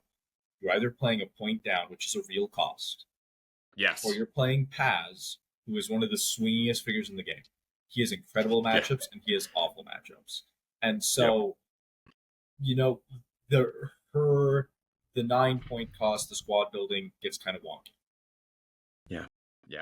That's a great point. And I think that Paz needs some help, I think, for sure. And I think him being not great is really pulling down Mandos generally. Okay, Sam, let's talk quickly about Lando. He's a C tier, and he's close to the bottom of C tier. So, yeah, I mean, so here's the thing. His Force Refresh is, there's kind of 3 primaries that I think of as the Force Refresh scoundrels. You got Cad, you got Hondo, and you got Lando, and he's by far the worst of the three. His cost for getting the Force is the worst of the three. Getting a condition on Lando is kind of crippling to either his survivability or his activation. And his activations aren't that good because he's slow and, has weird trees that. Yeah, it doesn't really work. You're right. I think you're right. I would, so kind of similar to the exercise we did with, some other stuff earlier. What context do you actually run him in? Like pre-patch, the best thing you could do with Lando was put Gideon Hask under him and like make the batch Imperial Scouts so they can just shoot people. And like that's such not a cool an option list anymore. It was a cool idea, but that was the best Very thing you cool could do with Lando, and now you can't even do it anymore. It's like I struggle. Like I think Lando's a really, really cool primary, but I look at him and I say, I cannot think of a single reason why you would play him over a better option, right? And like to some extent that's C tier, but like I think that's more D tier to me. Like I think he might be top of D tier, just because like this for me C tier is like niche playability, and D tier is like you are actively making a mistake competitively if you're running him. I think that's fair. I would much rather run Lando than any of the three separatists. So if we're not putting them in D tier, then we can't put Lando in D tier. I mean, but like you could see someone who's like a stand running like, I mean, you can run the separatists as like this package, right? Like, but I actually, as I'm saying this, like, I'm fine with him being above them. I cannot in good conscience put the Seps in D tier. Like they will win some games, right? And so Lando will win some games. I just more mean like the list building considerations are such like when are you going to run him, right? Like Cassian and Cad are kind of like soaking up the scoundrel, like, and because that's also kind of already a cross faction list. Like the idea of Lando is like, oh, well, you can make rebels or scoundrel empire or rebels, but it's like, well, Cad and Cassian are kind of doing that by being 9 squad points and just bringing like hard-hitting stuff that synergizes together there, right? So I mean, I off the top of my head, and this is just BS, it's just you could do Lando Thrawn. Sure. I think Lando could be a bridge in a premier list that is trying to span multiple keywords and could use him to kind of fill in the gaps. Like if you're trying to do like Empire plus like bounty hunters or even like an Empire plus rebels thing, I could see you being like, I need more flex in my premier. I don't think it's a good reason, but it is a reason. So the interesting thing when we compare the Separatists to Lando, I think each of them has a better kit than Lando has. I think each of them does more for bad units than Lando has. And like the problem with like I've tried some Lando stuff with Cassian, and it never really felt like it came together. It all felt kind of wonky. Like if you push me to like a tournament, it's Cassian Lando is probably more playable than Separatists. But here's the thing. If you ask me like which am I going to play competitively sooner, Cassian Lando or Separatists, in a weird turn of events, it would be Separatists because I'm never playing Cassian Lando because Lando's like the worst of like 7 options. Yeah. So I'm kind of placing him either way. So I'm fine with him where he is or above Separatists where Scott put him. Like I'm just saying I see both. I'm fine leaving him where he is. All right, bottom of C. Poor Lando. We don't have very great takes on Lando because I mean Sam's the only one who's really run him. I guess that's not true. JK has, but just no one has been super impressed by him. Okay, Scott, tell us about Thrawn. So Thrawn is a really interesting figure. So Thrawn, obviously is an unfortunate little boy with only 7 squad points and 2 force. But he presents some really interesting mechanics in the game. So obviously he's throwing in 2 battle tactics. There's only 2 worth bringing. So it's usually the same every time. But it's adding sort of this random element of added flexibility for your units. And so it makes up for some of the detriments you have with out of activation movement or a lack of diceless displacement. Because basically the 2 battle tactics you take are going to add an expertise in attack, or you can dash a unit, or you can advance a unit and get a strain, or you can do a diceless displacement, similar but a little different than like the ones the stormtroopers have. But the big things for him, so he's giving you free reserves, which really helps. That's why it kind of works with the Grand Inquisitor, where it's like you work in refresh force, but also he's taking that. He can compensate for some of your worst activations, and that like, hey, I pull Stormtrooper Sergeant who really needs movement. I can reserve him for free, then spend a force to heal him and give him an advance. So that can be really useful. With, if you wound primaries, they get protection. If you wound a primary, he can shuffle his deck back in. Yeah. So there's a lot of flexibility you have to kind of deal with some, like, it is hard to find yourself in a bad situation with him because he has a lot of tools in the toolkit. I think he really needs some, like, heavy hitters to go with him to make up for the fact that you're playing a control game. But I think, he's not here to be Vader, right? He's here to give you some flexibility, give you some force. I think that he can really trip your opponent up. Yeah. And I think I have never been scared of Thrawn in a game. I have never lost to him. I've never been super impressed by him. But I have seen him absolutely destroy people. Yeah. Because they are unfamiliar, they don't understand what he's going to do, and he can really trip them up. I also think, kind of some people have talked about it. He's got some pretty good play into odds and first contact. Yes. So for me, I think he is high B, low A. I think he is probably the second best Imperial primary, and that he's got a lot of really cool kit. He needs some firepower to make up for it. So I want some heavy duty stuff there. Do you think he's better than Vader 2? No, I don't think he's better than Vader 2. I think Vader 2 will more consistently do value that will more consistently help you win a game. I had him high B, but we have not been super high on him in our local meta just because Scott hasn't played him. And Scott's our Empire player. What do you think, Matt? I think the only problem with Thrawn is that he is a 7-cost primary in a faction that has lots of great friends at 4-cost, and the 3-cost options for secondaries and supports range from like middling to like absolute hot garbage.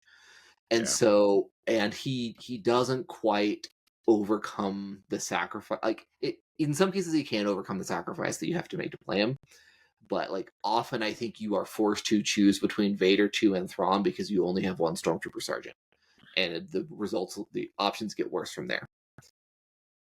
If Thrawn was 8 SP, he would be the best Imperial figure. He would be much higher up in A. Yeah. Matt hit the nail on the head there. I think he's A tier. I think part of it is he has the top results to back it up. And it's true. It's a good point. That he does good at tournaments is a part of this list, right? This is like absolutely a meta snapshot, and I think he just has to go there. I think he makes those slightly subpar 3-point options, with the exception of Sergeant. I think it's a pretty good 3-point, just better. Like he's the one that can afford to take them the most because he can make the ISB better than anyone else can, or in those slots. So I like him where he is. Okay. I like it too. I think it's a good spot for him. Okay, I am going to talk about Mama. Then Matt will talk about Obi-Wan. Then I'll close with Pumpkin. And we have that's how it's randomly shooken out. So Mama's thing is that Mama, I think, is an A tier primary who is made C tier because of odds and first contact, on which she is abysmally bad. And that is something that we don't know what Morgan Elsbeth is going to do, because Mama's problem is that she is not mobile. She has no way to be given mobility outside of revenge triggers. Now, being slow is, that's not great, right? She does have an incredible attack. Her range for Great Mother attack is phenomenal, right? It really is. And when she is hitting you back at range for revenge, that is very strong. The problem is that she is extremely easy to hold down. She doesn't get a heal before her revenge trigger, so if you pin her and engage her, which is not difficult to do, obviously, or if you just lock it so that she has to move through an engagement bubble in order to hit you, she can't do it. So her revenge attack is very strong, but is very easy to control. Coupled that to the fact that she is very slow. I think that if first contact and odds did not exist, I would move her to the top of B tier, and I don't think she can be A in this meta anymore, just because she's just a little too slow. But I think she could absolutely move up. But where she is right now, I think she is like middle of the pack of C. So I think that players who are good with her can make her work, but they are doing that without odds or first contact generally being the case, and so. Like, that's it, right? Like, when half of the missions are missions that you're not great at and like actively bad at, then I think it's tough in the competitive meta to rise too much above C tier. Again, because she's slow. It's not just like on shifting and sabotage, her being slow is still a problem, but because the map's a lot tighter, like, it is less of a problem, right? You're like, oh, well, she's slow, but we've got this huge payoff in this revenge trigger, and she's got one of the best iceless displacement abilities in the game. Oh, well, now we don't have that problem. Like, now we've got an additional problem. So I just think she's middle of C. Yeah, I super agree. I think that if her tactic was more in line with like modern primaries, where it also gave her a dash, that would be enormous quality of life improvement for her. Exactly. I also think that they could do some work to, say, blend together some of the separatist and Dathomirian synergies in the same way that like rebels and spies are sometimes in some ways blended together. And that would give a lot of play and optionality to both separatists and Talzin. And I mean, we'll see what happens with New Dathos, but I think she's the OG revenge trigger, and she's just kind of outclassed now. Yeah. Especially because Savage and Night Sisters are not great, right? And so like there's not even a payoff to running her. So womp womp. Okay, Matt, let's talk about Obi-Wan, then we'll close with Princess Leia. Obi-Wan, your boy. He's my boy. He's been my favorite primary literally since day one. I think his identity is a top 5 identity in the game. I think it might be the best identity in the game. There is nothing like it. Well, there are things that are like it that are bad and don't work, like Plo. But there is nothing like it that has an impact on the game like Obi-Wan's identity does. He is top tier offense. He is top tier defense. His Ceresu stance tree is garbage. There's literally no reason to ever be there, but it doesn't matter because his Ataru stance does everything. It's especially funny because Sam and I talk about how in every other unit in Shatterpoint that says the stance that says Ataru on it is the side that gets you cut in half by a lightsaber, and Obi just doesn't care. He is just still going to deflect everything. His identity is enormous. He's slow. And I think that his patience ability mitigates his slowness, and also some of the like order activation sequencing dependency that he has in some really clever ways. So like almost always when you pull him the first time, you're reserving him, and that's okay. That's cool. It works really well. And you do pay an action economy tax to do what he does, but he basically takes an entire segment of the game that is not small, which is interacting on objectives via shoves and combat actions, and just says like, no, that's not an option for you, pick something else. I think he's the top of A tier. I think he's above Anakin. When you are playing Obi-Wan, the list that he is in don't work without him. Like the list is competitive in the meta right now, and he makes it. Like I get it, but like and I'm okay with some flexibility, but I think he's high A tier at a minimum, right? So Matt, just as my spoiler, I have him I have Anakin at the top of A tier, and I have him right below Anakin at the top. I think he's better than Mando. And so I will say this. I reacted very strongly. I also have him above Mando. Like, I think Obi-Wan is the 3rd best primary in Republic. I just think the way you talked about him, I was like, are you going to rank him or marry him? Why not both? Like he does. His identity is not the best in the game. Not even close. I think it's not the best. It is not the best identity in the game. I think it's Luminara's is better. Like, it's a better identity. I think Cam's is better. I think Luminara's is better. I think Cassian's is better. Yeah.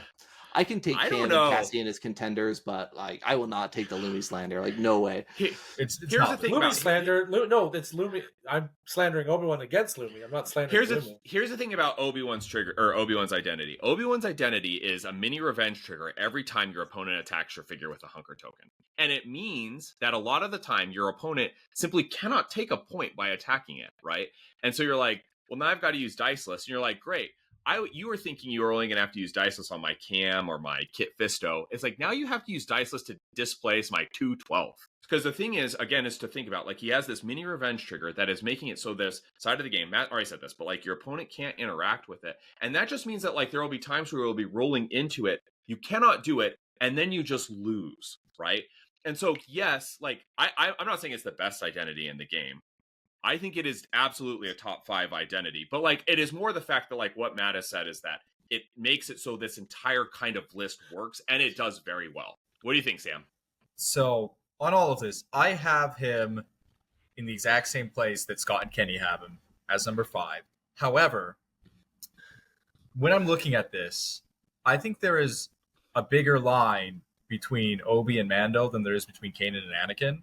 And I wouldn't be opposed to putting all 5 of them into S tier, as those are the 5 primaries that when I'm building a premiere list, who am I thinking about the most? It's those 5. I'm not saying that we should, but I think that I think the gap between Kanan and Kenobi is smaller than Obi and Mando. You're kind of saying there's like a 8.5. Yeah. Like an A+ tier. Yeah, I don't hate that. I don't think that's crazy. Like, I mean, the thing is that what these characters do is they like define lists in a way that either like Obi-Wan is like the payoff for his lists and makes it so his lists work. And like, what's weird is that Obi-Wan's activations are often kind of like, nah, right? Like he's taking 1 point, he can like maybe smack and he can do a lot of damage, but like he doesn't give out of activation movement. But it's still so good that like we all now are having to think about how to deal with this. And especially like, I mean, the Utah meta, like we have a few people playing Obi-Wan, but I know that like if you show up to a competitive, like if you go to Adepticon or, you know, one of these big tournaments, if you're not prepared for Obi-Wan, like you're going to lose. Like you will lose because good Obi-Wan players will roll over you. And so, I don't know. Like, I guess my thought is part of why I balk a little bit and like, I'm like, okay, Obi-Wan's great, but like he's not the end all be all. Yeah. Is that like Obi-Wan, if Obi-Wan's identity is so amazing and Obi-Wan is so amazing, then why was he consistently the bridesmaid of the meta for the last year? Do you think it's that his best pairing was Hunter? Because Obi-Wan was the best Republic primary of pre-buff, right? Or before Kamikaze was, or before Keanu Moon was released, right? Yeah.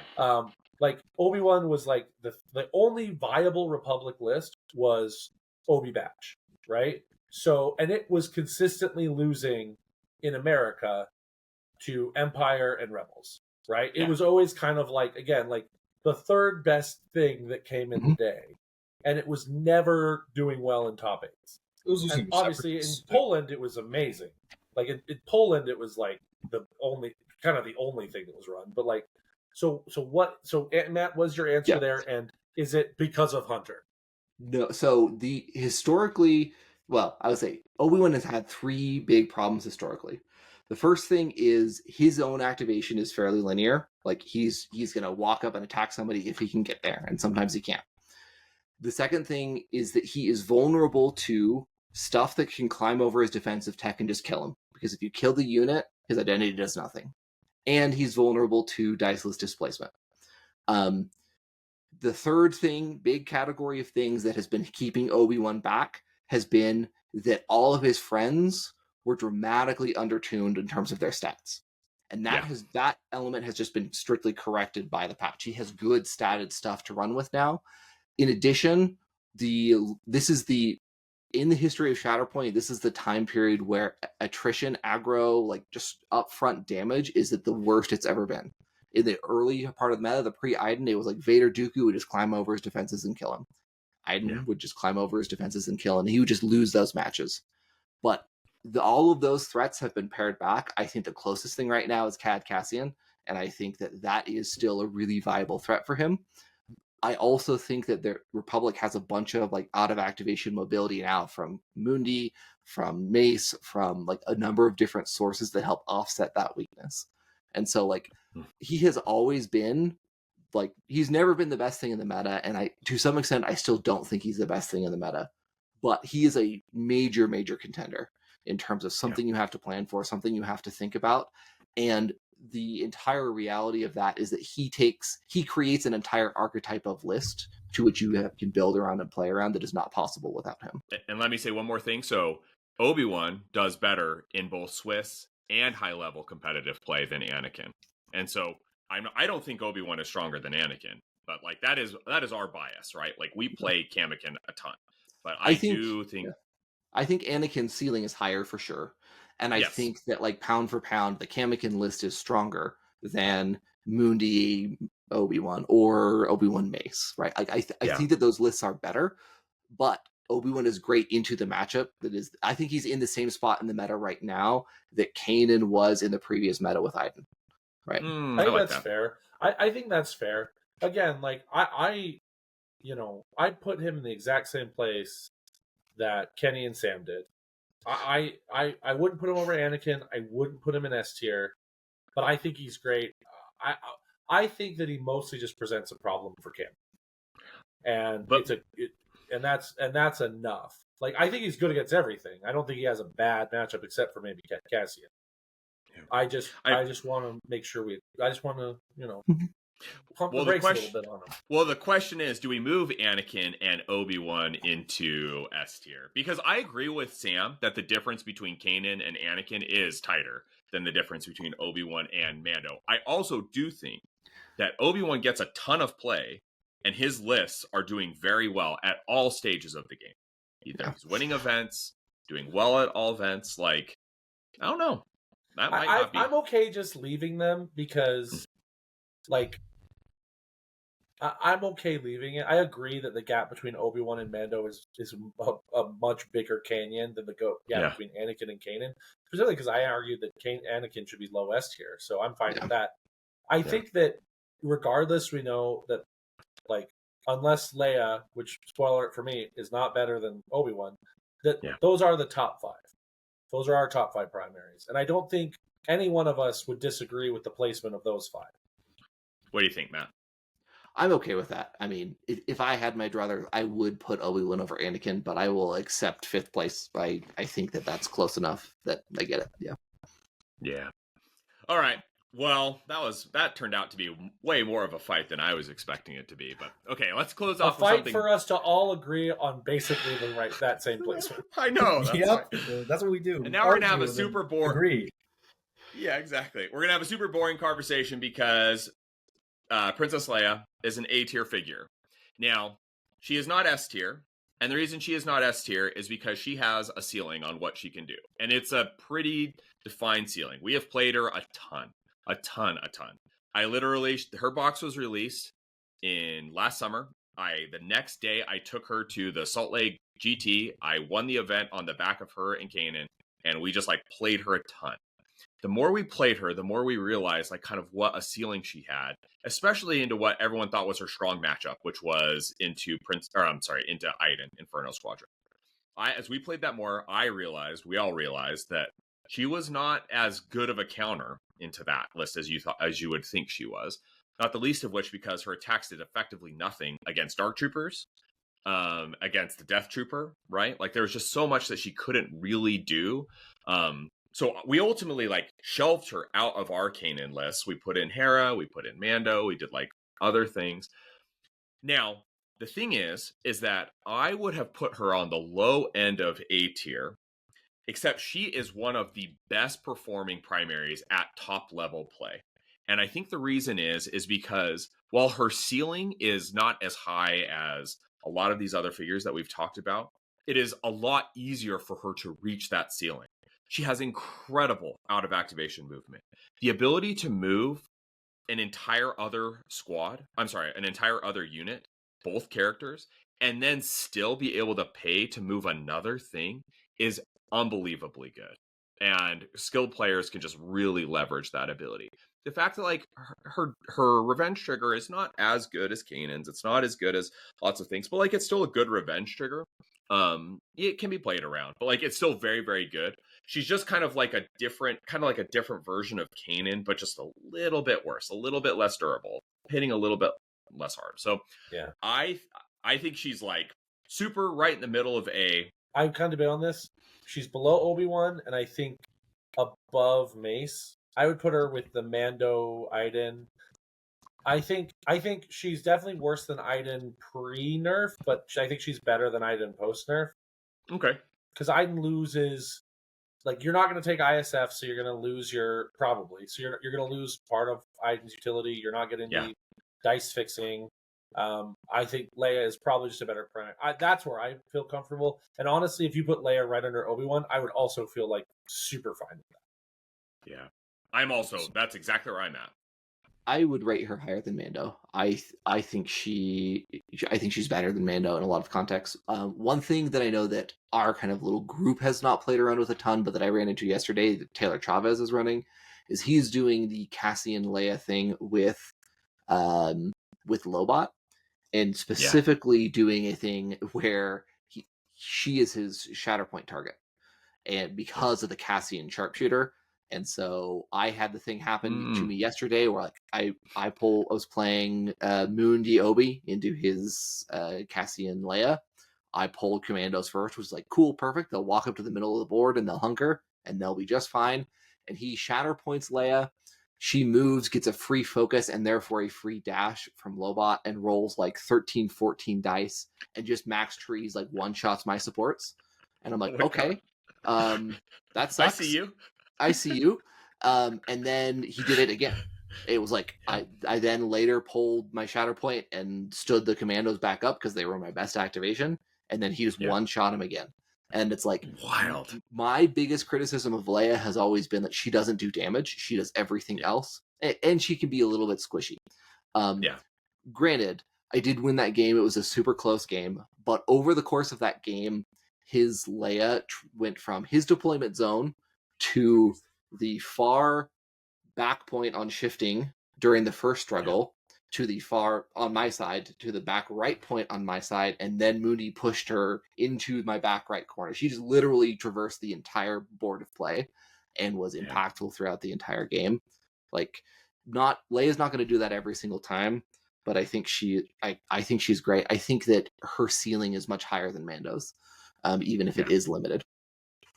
So this is so I'm fine with where she is. I think she's worse than Mando personally, but if this was just me doing this tier list with no data at all, I would honestly have her in B tier right now. I've just not been super impressed with her in this current meta. Her Cassian lists are like the best thing, but I feel like she's beat out by other Cassian options, has been my opinion. However, she has the data to back it up. She has the results to back it up. And so I have a hard time arguing with that. It's just my experience with her has been that, like, if she's not being Shatterpointed by Cassian, her damage is still bad, and the meta is now tankier, and there's less killing. So she's just getting less out of her kit. And then I've been replacing her with stuff like Hondo, who's a little bit more aggressive, but still doing, like similar things, but kind of has a better force economy, still moving people. And Cad, who's more aggro and doing stuff. So I've had her down with those type of units. Those are who she's competing in slots for me. But I think that's I think that's just the result of like my own personal small sample size of games, because obviously she's still performing well. And so that's just like some bias that I haven't been able to quite figure out, like where my dissonance is. Well, so here's the thing to remember. She has the second best win rate in Longshanks after Cassian. And I think that is in no small part, like, I think they're being played a lot together.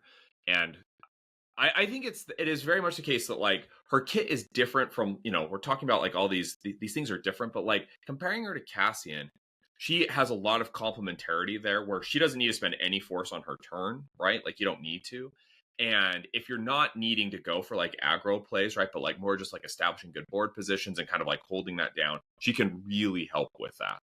So, like, I don't know, like I would have put her, I maybe would have, put her below Mando, but like I'm totally fine with her. I think she needs to be below Mando. I think there's three of us saying below Mando. And All that's right. and here's why.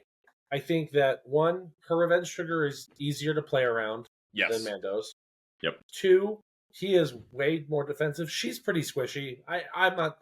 You can wound her pretty easily. I Yeah. think she's a solid target for Anakin. I think that a lot of supports, like the heavy hitting supports, can get her. And Anakin or Mando has diceless, and she doesn't. Yeah. And I think that's the piece there. Like, yeah, there are some lists, and Leia has the data. I just think that Mando is a figure. Just tease that out. Yeah. I think they're very close. I think those figures are very, very close in terms of their comparison, but I think we're good with where she's at. All right, well, look at this beautiful bell curve that we've built, everybody. Like, it's not as many figures in S tier as I would have liked. Maybe a few too many in C tier, but like, I think that this is a really good distribution. I think, obviously, the one thing I wanted to say as we close out is that we talk about Shatterpoint a lot together, and so there is a lot of confluence regarding like where our thoughts go. So this is obviously like each of our tier lists is probably a little bit different from this, but this is all of our tier lists together kind of thing. And so that's an important thing to remember, is that you might think like Obi-Wan is 100% better than Anakin. He's better than Cassian. And you might even think he's better than Cam. And that is totally fine. It's just recognize like this is the result of us talking and playing with each other a lot, right? And so that's kind of like we've got a lot of reps with all of these things. I guess we haven't played a ton with Separatists because we played him a little bit. Like I played Asajj when she first they fixed the patch, and we were like, this is just not right. So but like otherwise, like we would love to hear your thoughts. Like if you think that we are totally missing the boat on somebody, just let us know. Like talk to us about it. We were convinced we were wrong about Lumi when we first addressed her, right? And there's a lot of things that we've been wrong about, and we'll totally cop up to that. So join the Slack, talk with us, let us know what you're thinking. Thank you for hanging out with us for 3.5 hours. Holy smokes. This has been by far the longest episode we've done, but we knew it was going to be long. And so we love you all so much. We would love to hear your comments and feedback. Talk to you later.